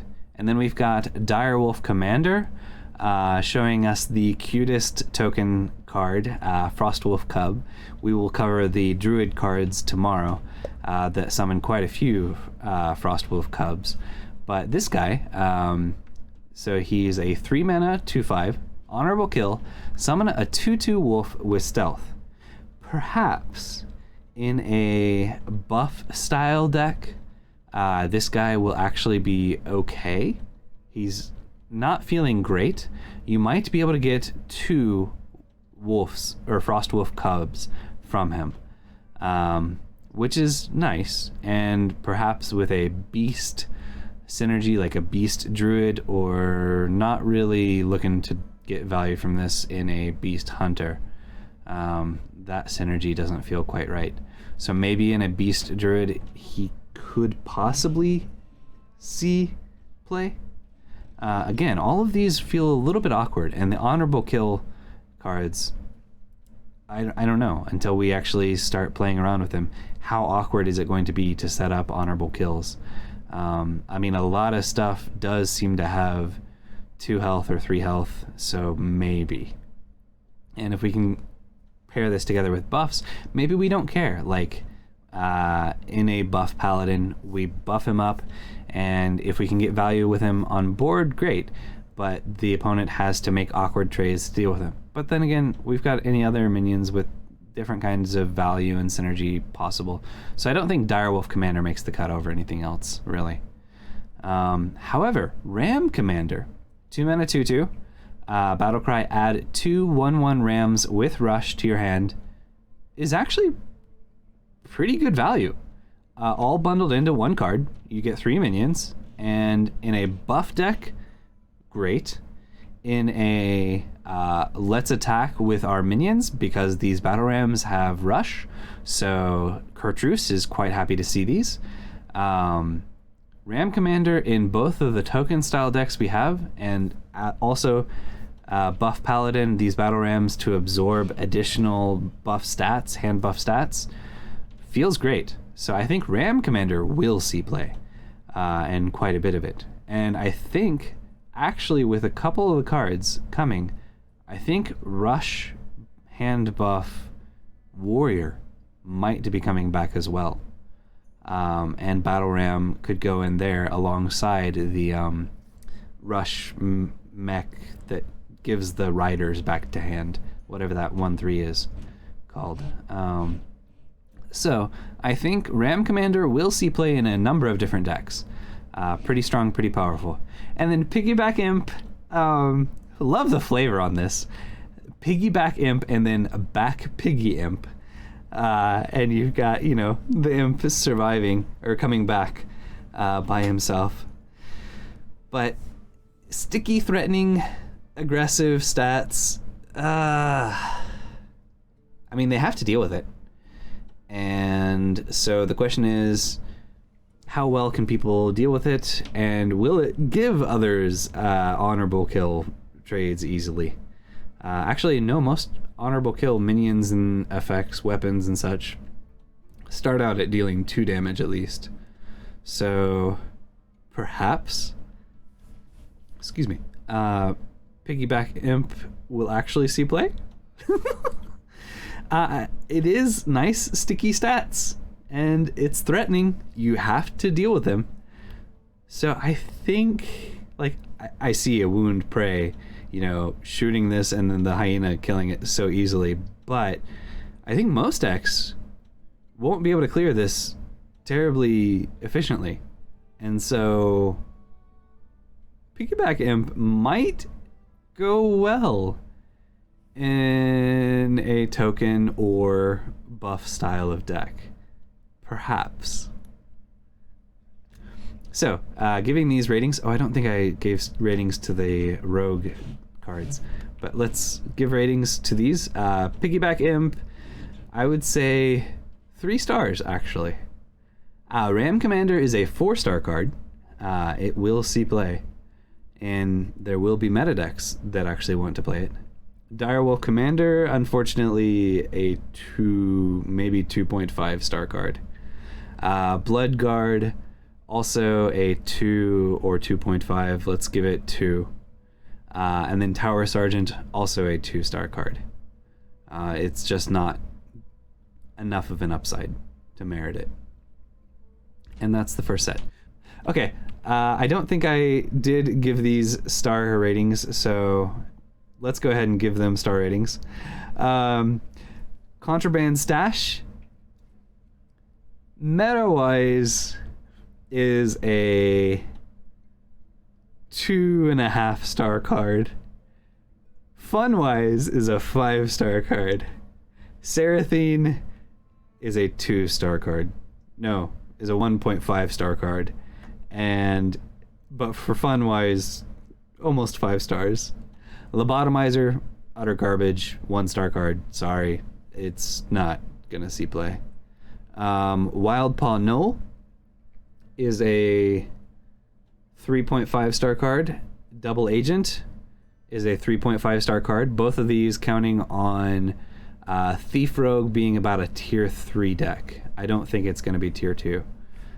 So power level wise, I think they're both just above 3 stars. Reconnaissance actually might see play in not just Thief Rogue decks. So I'm going to give it... Is it good enough to be 4 stars? Yeah. I think Reconnaissance might be a 4-star card. Just barely.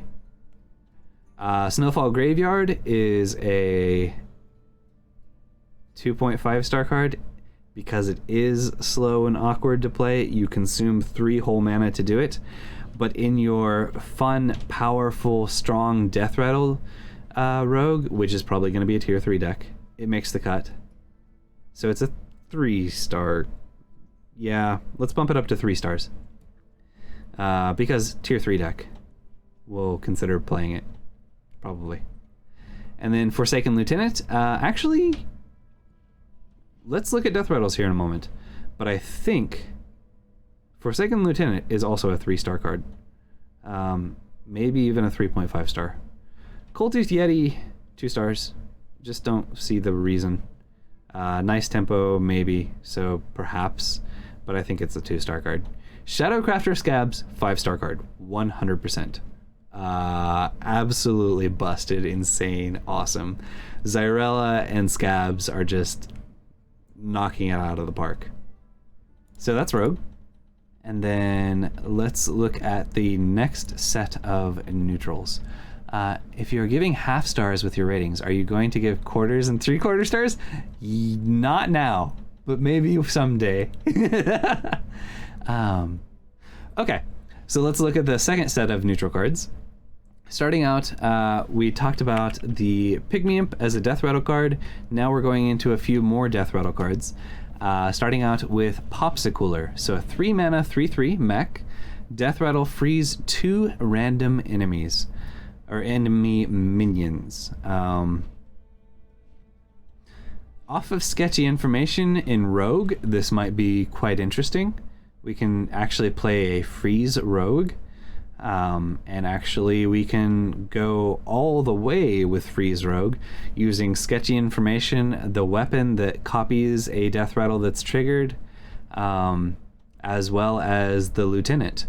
And we can basically freeze a couple minions from our opponent's board every single turn, for like 4 or 5 turns, and just keep them locked out until we build up whatever we're doing to actually beat them up. So Popsicooler, interesting. Is it strong? I don't think so. I don't think it'll see play in meta decks. But let's look at Korak the Blood Rager next. 4 mana, 3/5. Death Rattle, if this wasn't honorably killed, resummon Korak.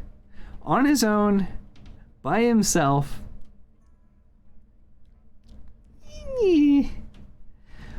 But when you start copying him or buffing him, and copying, mainly when we can copy and or resummon him with other effects. If we're sketching and informationing him, if we are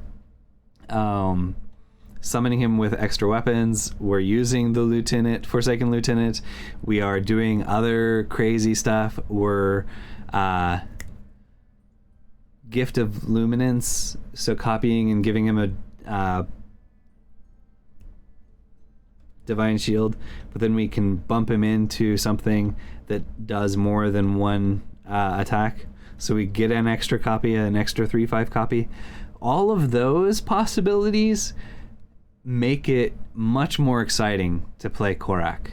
And so I think Korak being able to just fill the board with most opponents not having an effective 5 damage kill, and so they're gonna have to do all these awkward trades or just ignore them and then die miserably.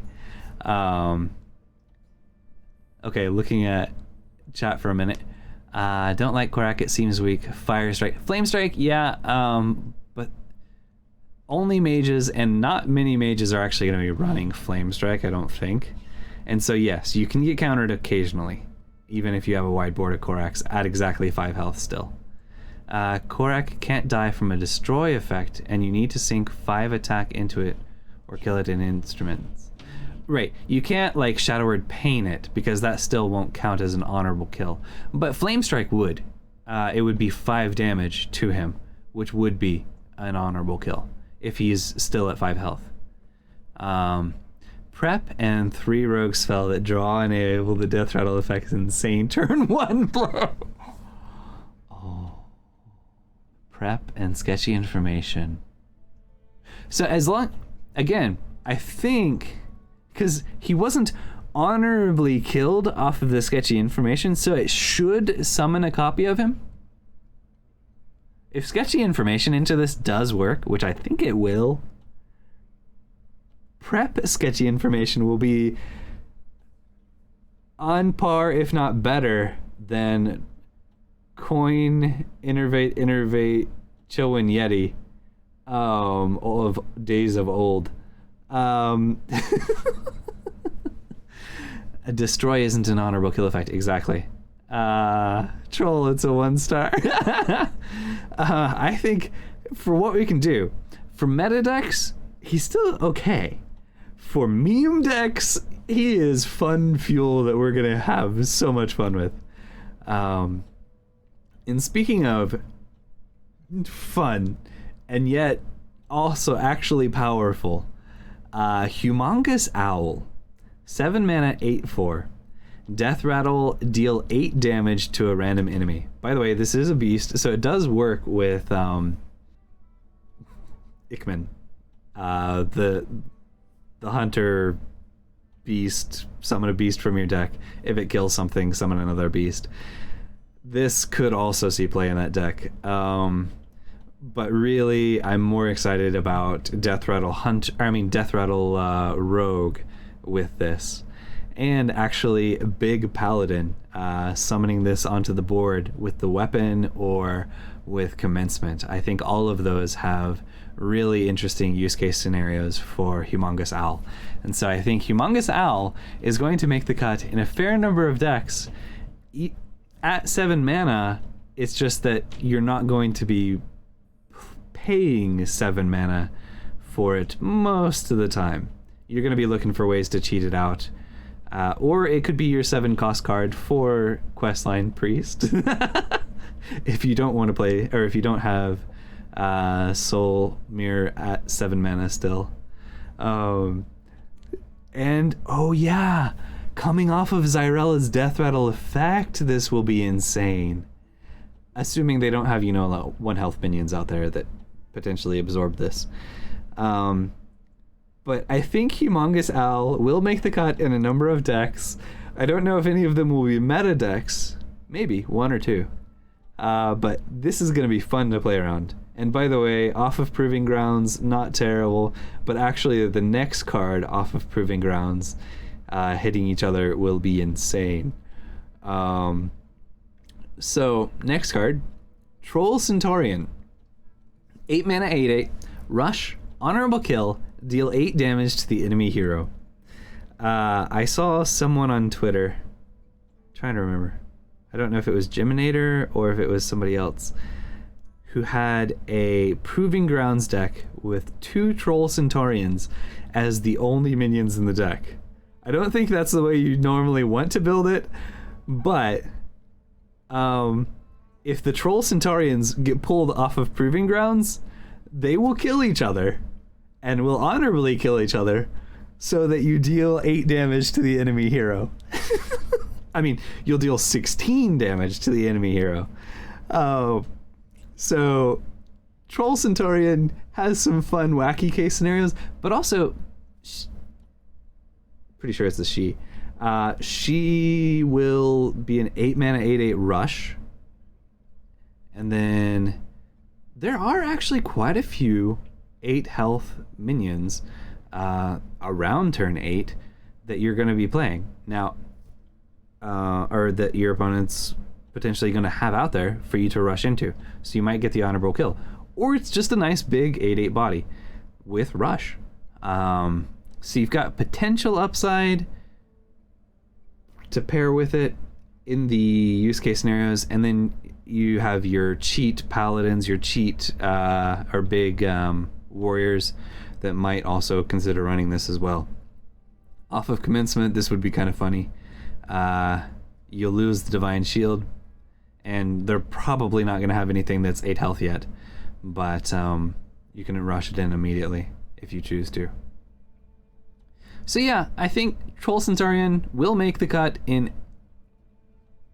a couple tier 3 and meme decks. I don't know if it'll be in tier 2 decks, or definitely not in tier 1 decks, I don't think. But maybe, just possibly, it could make it into a tier 2 deck. And then Abominable Lieutenant, 8 mana, 3/5. Also one you'd love to cheat out off of Commencement, Proving Grounds with that weapon for Paladin. Because at the end of your turn, eat a random enemy minion and gain its stats. Could be terrible, could eat a 1/1, become a 4/6, but it's always going to kill something, as long as your opponent has something out there for him to eat. And he continues eating, so they have to deal with it. So Abominable Lieutenant. The thing is, we're getting to a critical mass that not all the cool, fun, powerful cards could potentially make the cut in big minion decks, but we do have Vandar to help make the big greed work out sometimes. It's just we don't have effective ways, except for maybe Druid.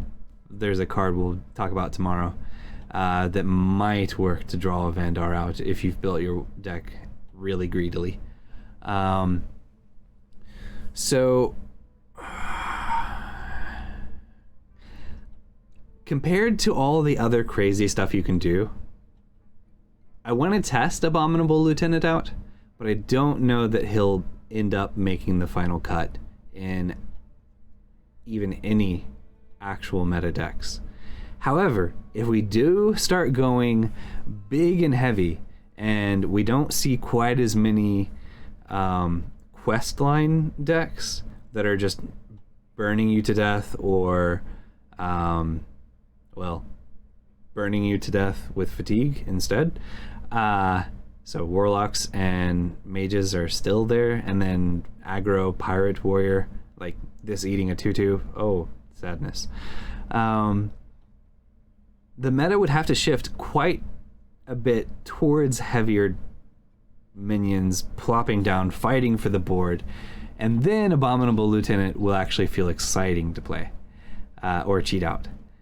But until then, if that ever happens, I don't think Abominable Lieutenant is actually going to see play. It's a fun card. We're going to experiment with it. We're going to see if we can devour our opponent's mercenaries with Abominable Lieutenant, do stuff like that, and it'll feel great. But I don't think it'll be a meta card. So, switching to the star ratings right away. Abominable Lieutenant, 2.5 stars. Troll Centaurian, we're gonna give it 3 stars, a hopeful 3 stars. I don't think it's gonna make the cut in good or strong meta decks, but it might make the play or cut in tier 3 deck or meta decks.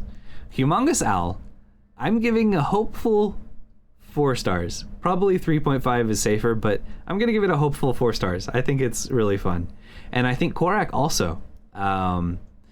For just a tempo board presence, sticky, icky, hard to deal with at times in regular decks, and then the fun shenanigans you can do with it. I think Korak is a 4-star card as well. And then Popsicooler, I think is... So we've got Freeze Rogue, which is going to be utter garbage. So I think Popsicooler is 2 stars, 1.5. We'll say 2 stars. But yeah, so that's where we're at with these guys. Give Troll Centaurian a pie. I get the pie math, but 3.14. You know, huh? Oh, stars. 3.14 stars. Give her pie stars. So she's slightly above 3-star card. Okay. Yeah, we could give her pie. I like that, actually. Maybe we'll use that. Okay.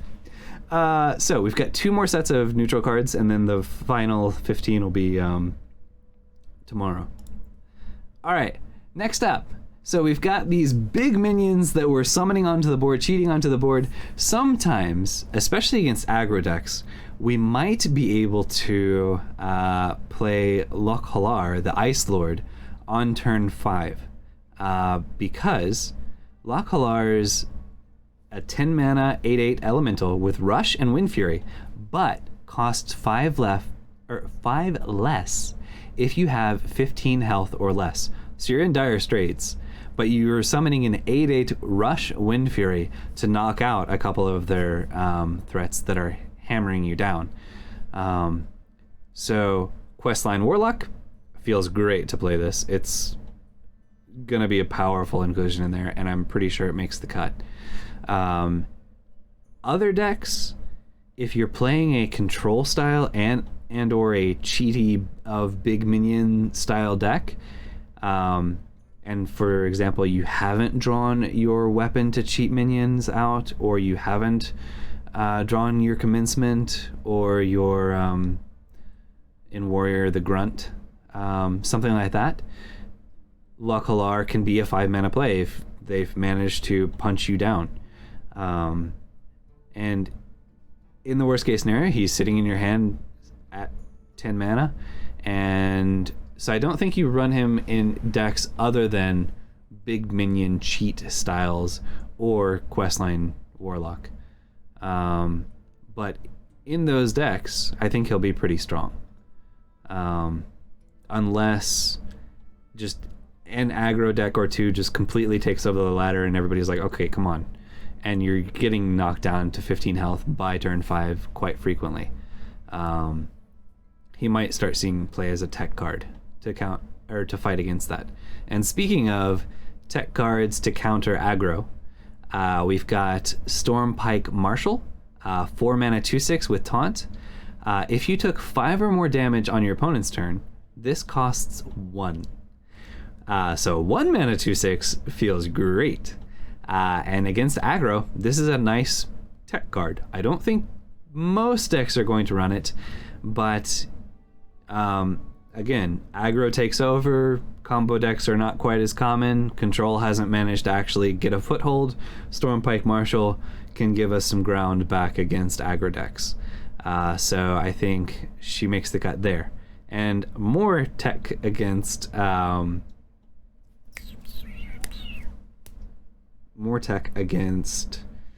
aggro is Icehoof Protector. So 6 mana 2/10, taunt, freeze any character damaged by this minion.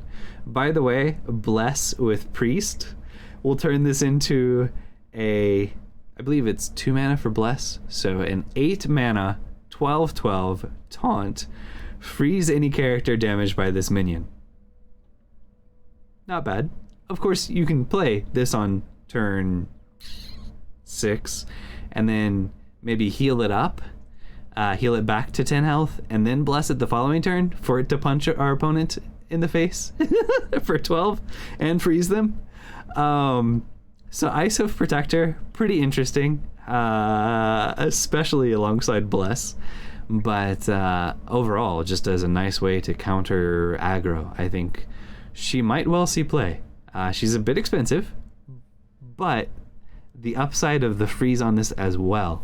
And we'll be looking at a card in Shaman tomorrow that might also be happy to see this. But a card that's a little bit more awkward, but also semi anti-aggro, is Bunker Sergeant. So he's a 3-mana 2/4 battlecry. If your opponent has 2 or more minions, which is, quite frequently, deal 1 damage to all enemy minions. By the time you're playing this guy, I think most of the enemies are going to have more than 1 health, so I don't know if this is actually going to clear much off. However, against Face Hunter and a couple others that do get 1 health minions out there that are very aggressive, Bunker Sergeant might help you stabilize, but I don't think you play him in any real decks. I mean, if aggro is taken over, you've got these other tech cards that I think are going to be much more impactful. But if a super wide board gibberling druid that doesn't or takes too long to buff their minions and super wide aggressive Face Hunter do become uber popular, and there are a couple, like those rams, the 1/1 rush rams, but you're rushing those in, so there are some use cases you might find play for Bunker Sergeant, but no, I don't think he makes the cut. But he's here as anti-aggro tech card possibility. And speaking of anti-aggro tech card possibilities, I think Spammy Arcanist is interesting. She's a 5-mana 3/4 battlecry. Deal 1 damage to all other minions. If any die, repeat this. So she doesn't hurt herself, which is nice.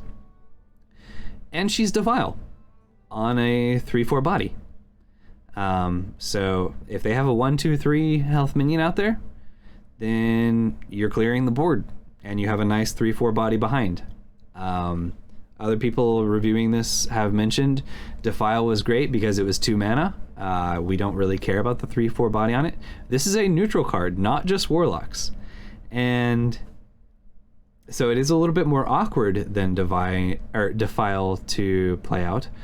But in a pinch, I don't know that Hunter cares about running this card, but they could Wound Prey something, knock it down to 2 health while summoning a 1/1, and then so that was all just 1 mana to play, and then the rest of your 5 mana is to drop this and clear the board, and you knock out 1, 2, 3, 4, maybe 5 minion as well. How often is that going to line up?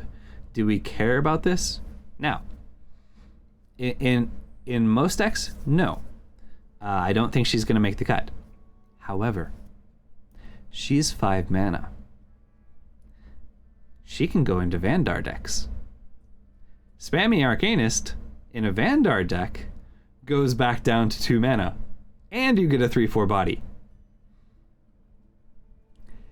If Vandar decks actually become powerful and strong enough, the fact that she's 5 mana is a good thing instead of being 4 mana, because we can't play like Stormpike Marshal or anything like that. We can play Ice of Protector though. But you manage to get your Vandar before drawing Spammy Arcanist. She becomes 2 mana, 3/4 Defile, all of that.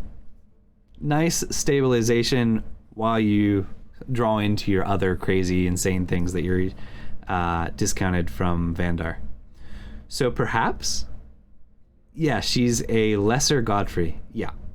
So she's 5 mana instead of 7 mana, but she only does 1 damage apiece. So she's between Defile and Godfrey. So I'm not sure if she'll see play in anything but Vandar decks, and I don't know if Vandar decks will actually include her.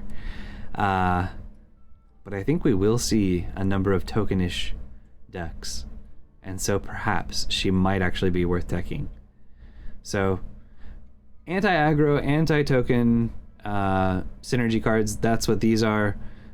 They're a little bit peculiar, but I think Spammy Arcanist, we're actually going to give her a 3.5, not just a 3. We're going to give Bunker Sergeant a 2 star. I don't think he sees play, unfortunately. Ice Hoof Protector, however, I think is a 3-star card, and might be quite fun with Bless, but I don't think that affects meta decks so much. So yeah, she's probably a 3-star card. Might make the cut in a tier 3 Bless Priest, something like that. And then Stormpike Marshal. She's not terrible as a 4-mana 2/6, but as a 1-mana 2/6 taunt, I'm gonna say 3 stars. I think she's good, and I think aggro is enough. There's enough aggro to merit including her in decks that are not Vandar, that have a space available for something like this, like her, to slow things down. And then Lakalar is powerful in Warlock, Questline Warlock, and big cheat minion deck archetypes like Paladin and Warrior. So I think 3.5. I don't think quite 4 stars, but 3.5 stars. Yeah. All right, and then on to the last of today's cards. We've got the hand buff synergy cards. So Legionnaire, 6 mana, 9/3, Death Rattle, give all minions in your hand +2/+2. Easy to kill off, which you want on a Death Rattle card. Do you want to pay 6 mana for it? Well, if they don't deal with it, if they don't kill it, you've got a 9 attack minion out there, so they have to deal with it. So you're looking for this as maybe the top end of a hand buff style of deck. And if she ends up receiving buffs earlier, then she becomes even more threatening and they have to deal with her. So I think, yeah, she fits pretty well into a hand buff style deck. And then Iron Deep Trog. 1 mana, 1/2. After your opponent casts a spell, summon a copy of this. As a 1 mana, 1/2, absolute utter garbage that dies to the spell before he actually summons a copy of himself. In a hand buff deck, this could get out of control. This could, like, overwhelm the opponent. In a hand buff / buff deck.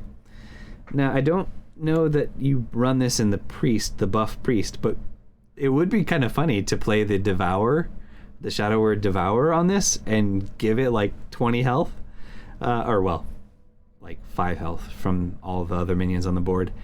And then, so this is, at 7 health, and they can't deal with it with the minions on board. And then if they try to cast a spell to deal with it, but can't quite finish it off, you get an extra copy.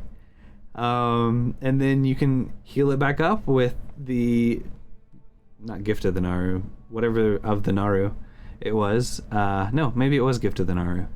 And bless it, and it becomes a super threat. And they try to deal with that, and we get a copy of the super threat, and it goes out of control. So maybe buff Paladin and board buff Priest might find use for this. I don't think it's a meta card, but it could be spell counter option for buff Paladins and Priest. So entirely possible. And then we've got Stormpike Quartermaster, another hand buff card. 2 mana, 2/2. After you cast a spell, give a random minion in your hand +1/+1. So this is only buffing 1 minion in your hand. So not busted by any means, and actually probably not good. However, if you have enough cheap spells that you're running alongside, I don't know, Gadget Zan, Auctioneer, or something like that, then this could help you build something pretty powerful, like starting to get your Edwin, Defias Kingpin started to buff up. And to give you a couple cheap spells to cast to buff things up, you could play Kobold Taskmaster. 3 mana, 2/4. With Battlecry, add 2 armor scraps to your hand that give +2 health to a minion. Again, great for a Bless deck. A Bless Priest. But you get these armor scraps. They're 1 mana spells that you can cast maybe on Stormpike Quartermaster or perhaps on Iron Deep Trog. I don't know. But also these armor scraps could be buffing up your Gadgetzan Auctioneer to make him stickier, harder to deal with from the opponent, as well as drawing you a card at the same time. That I think is much more likely use case scenario for him.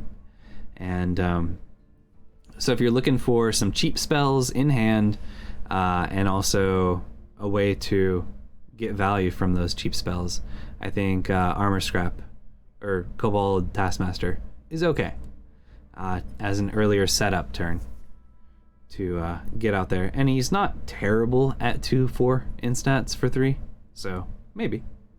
And then you've got Frostwolf Warmaster, 4 mana, 3/3, costs 1 less for each card you've played this turn. Again, you want to play a lot of spells or a lot of cards in a single turn. Maybe these Armor Scraps, something like that, helps you cheat out Frostwolf Warmaster a little faster, a little easier. Now, all of these cards, except for maybe Legionnaire, I'm trying to be generous.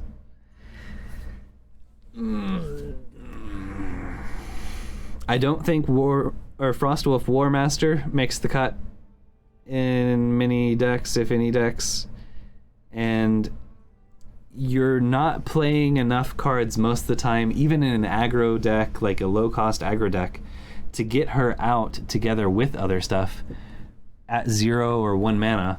And then at 2 mana, you get this slight benefit. So is she worth running? Probably not. So 3-star card? No, actually 2.5 star. Yeah, maybe even just a 2-star. But let's go ahead and be generous and give her 2.5 stars. Kobold Taskmaster, fun enabler for Bless Priest.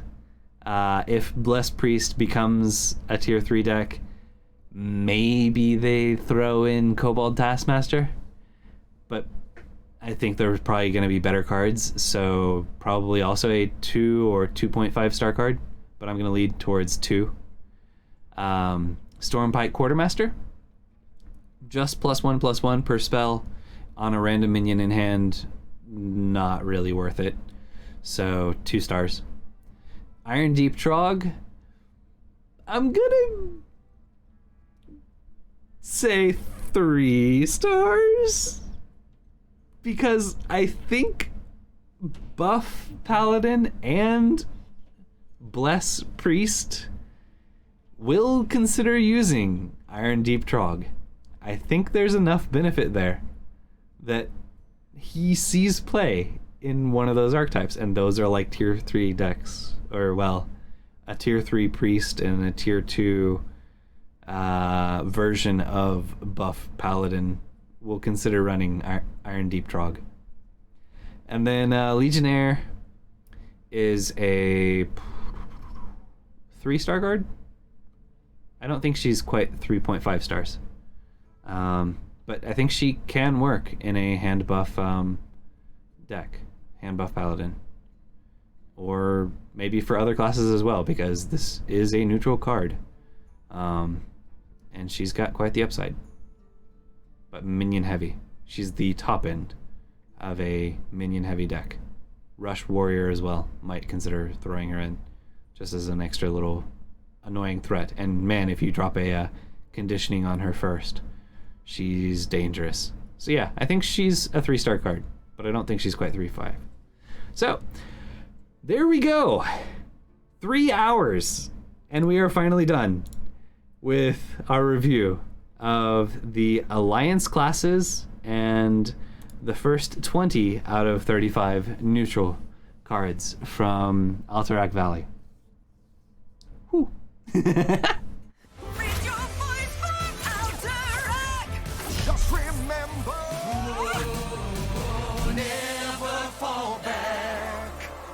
Never fall back. Hold the bridge, push the ridge.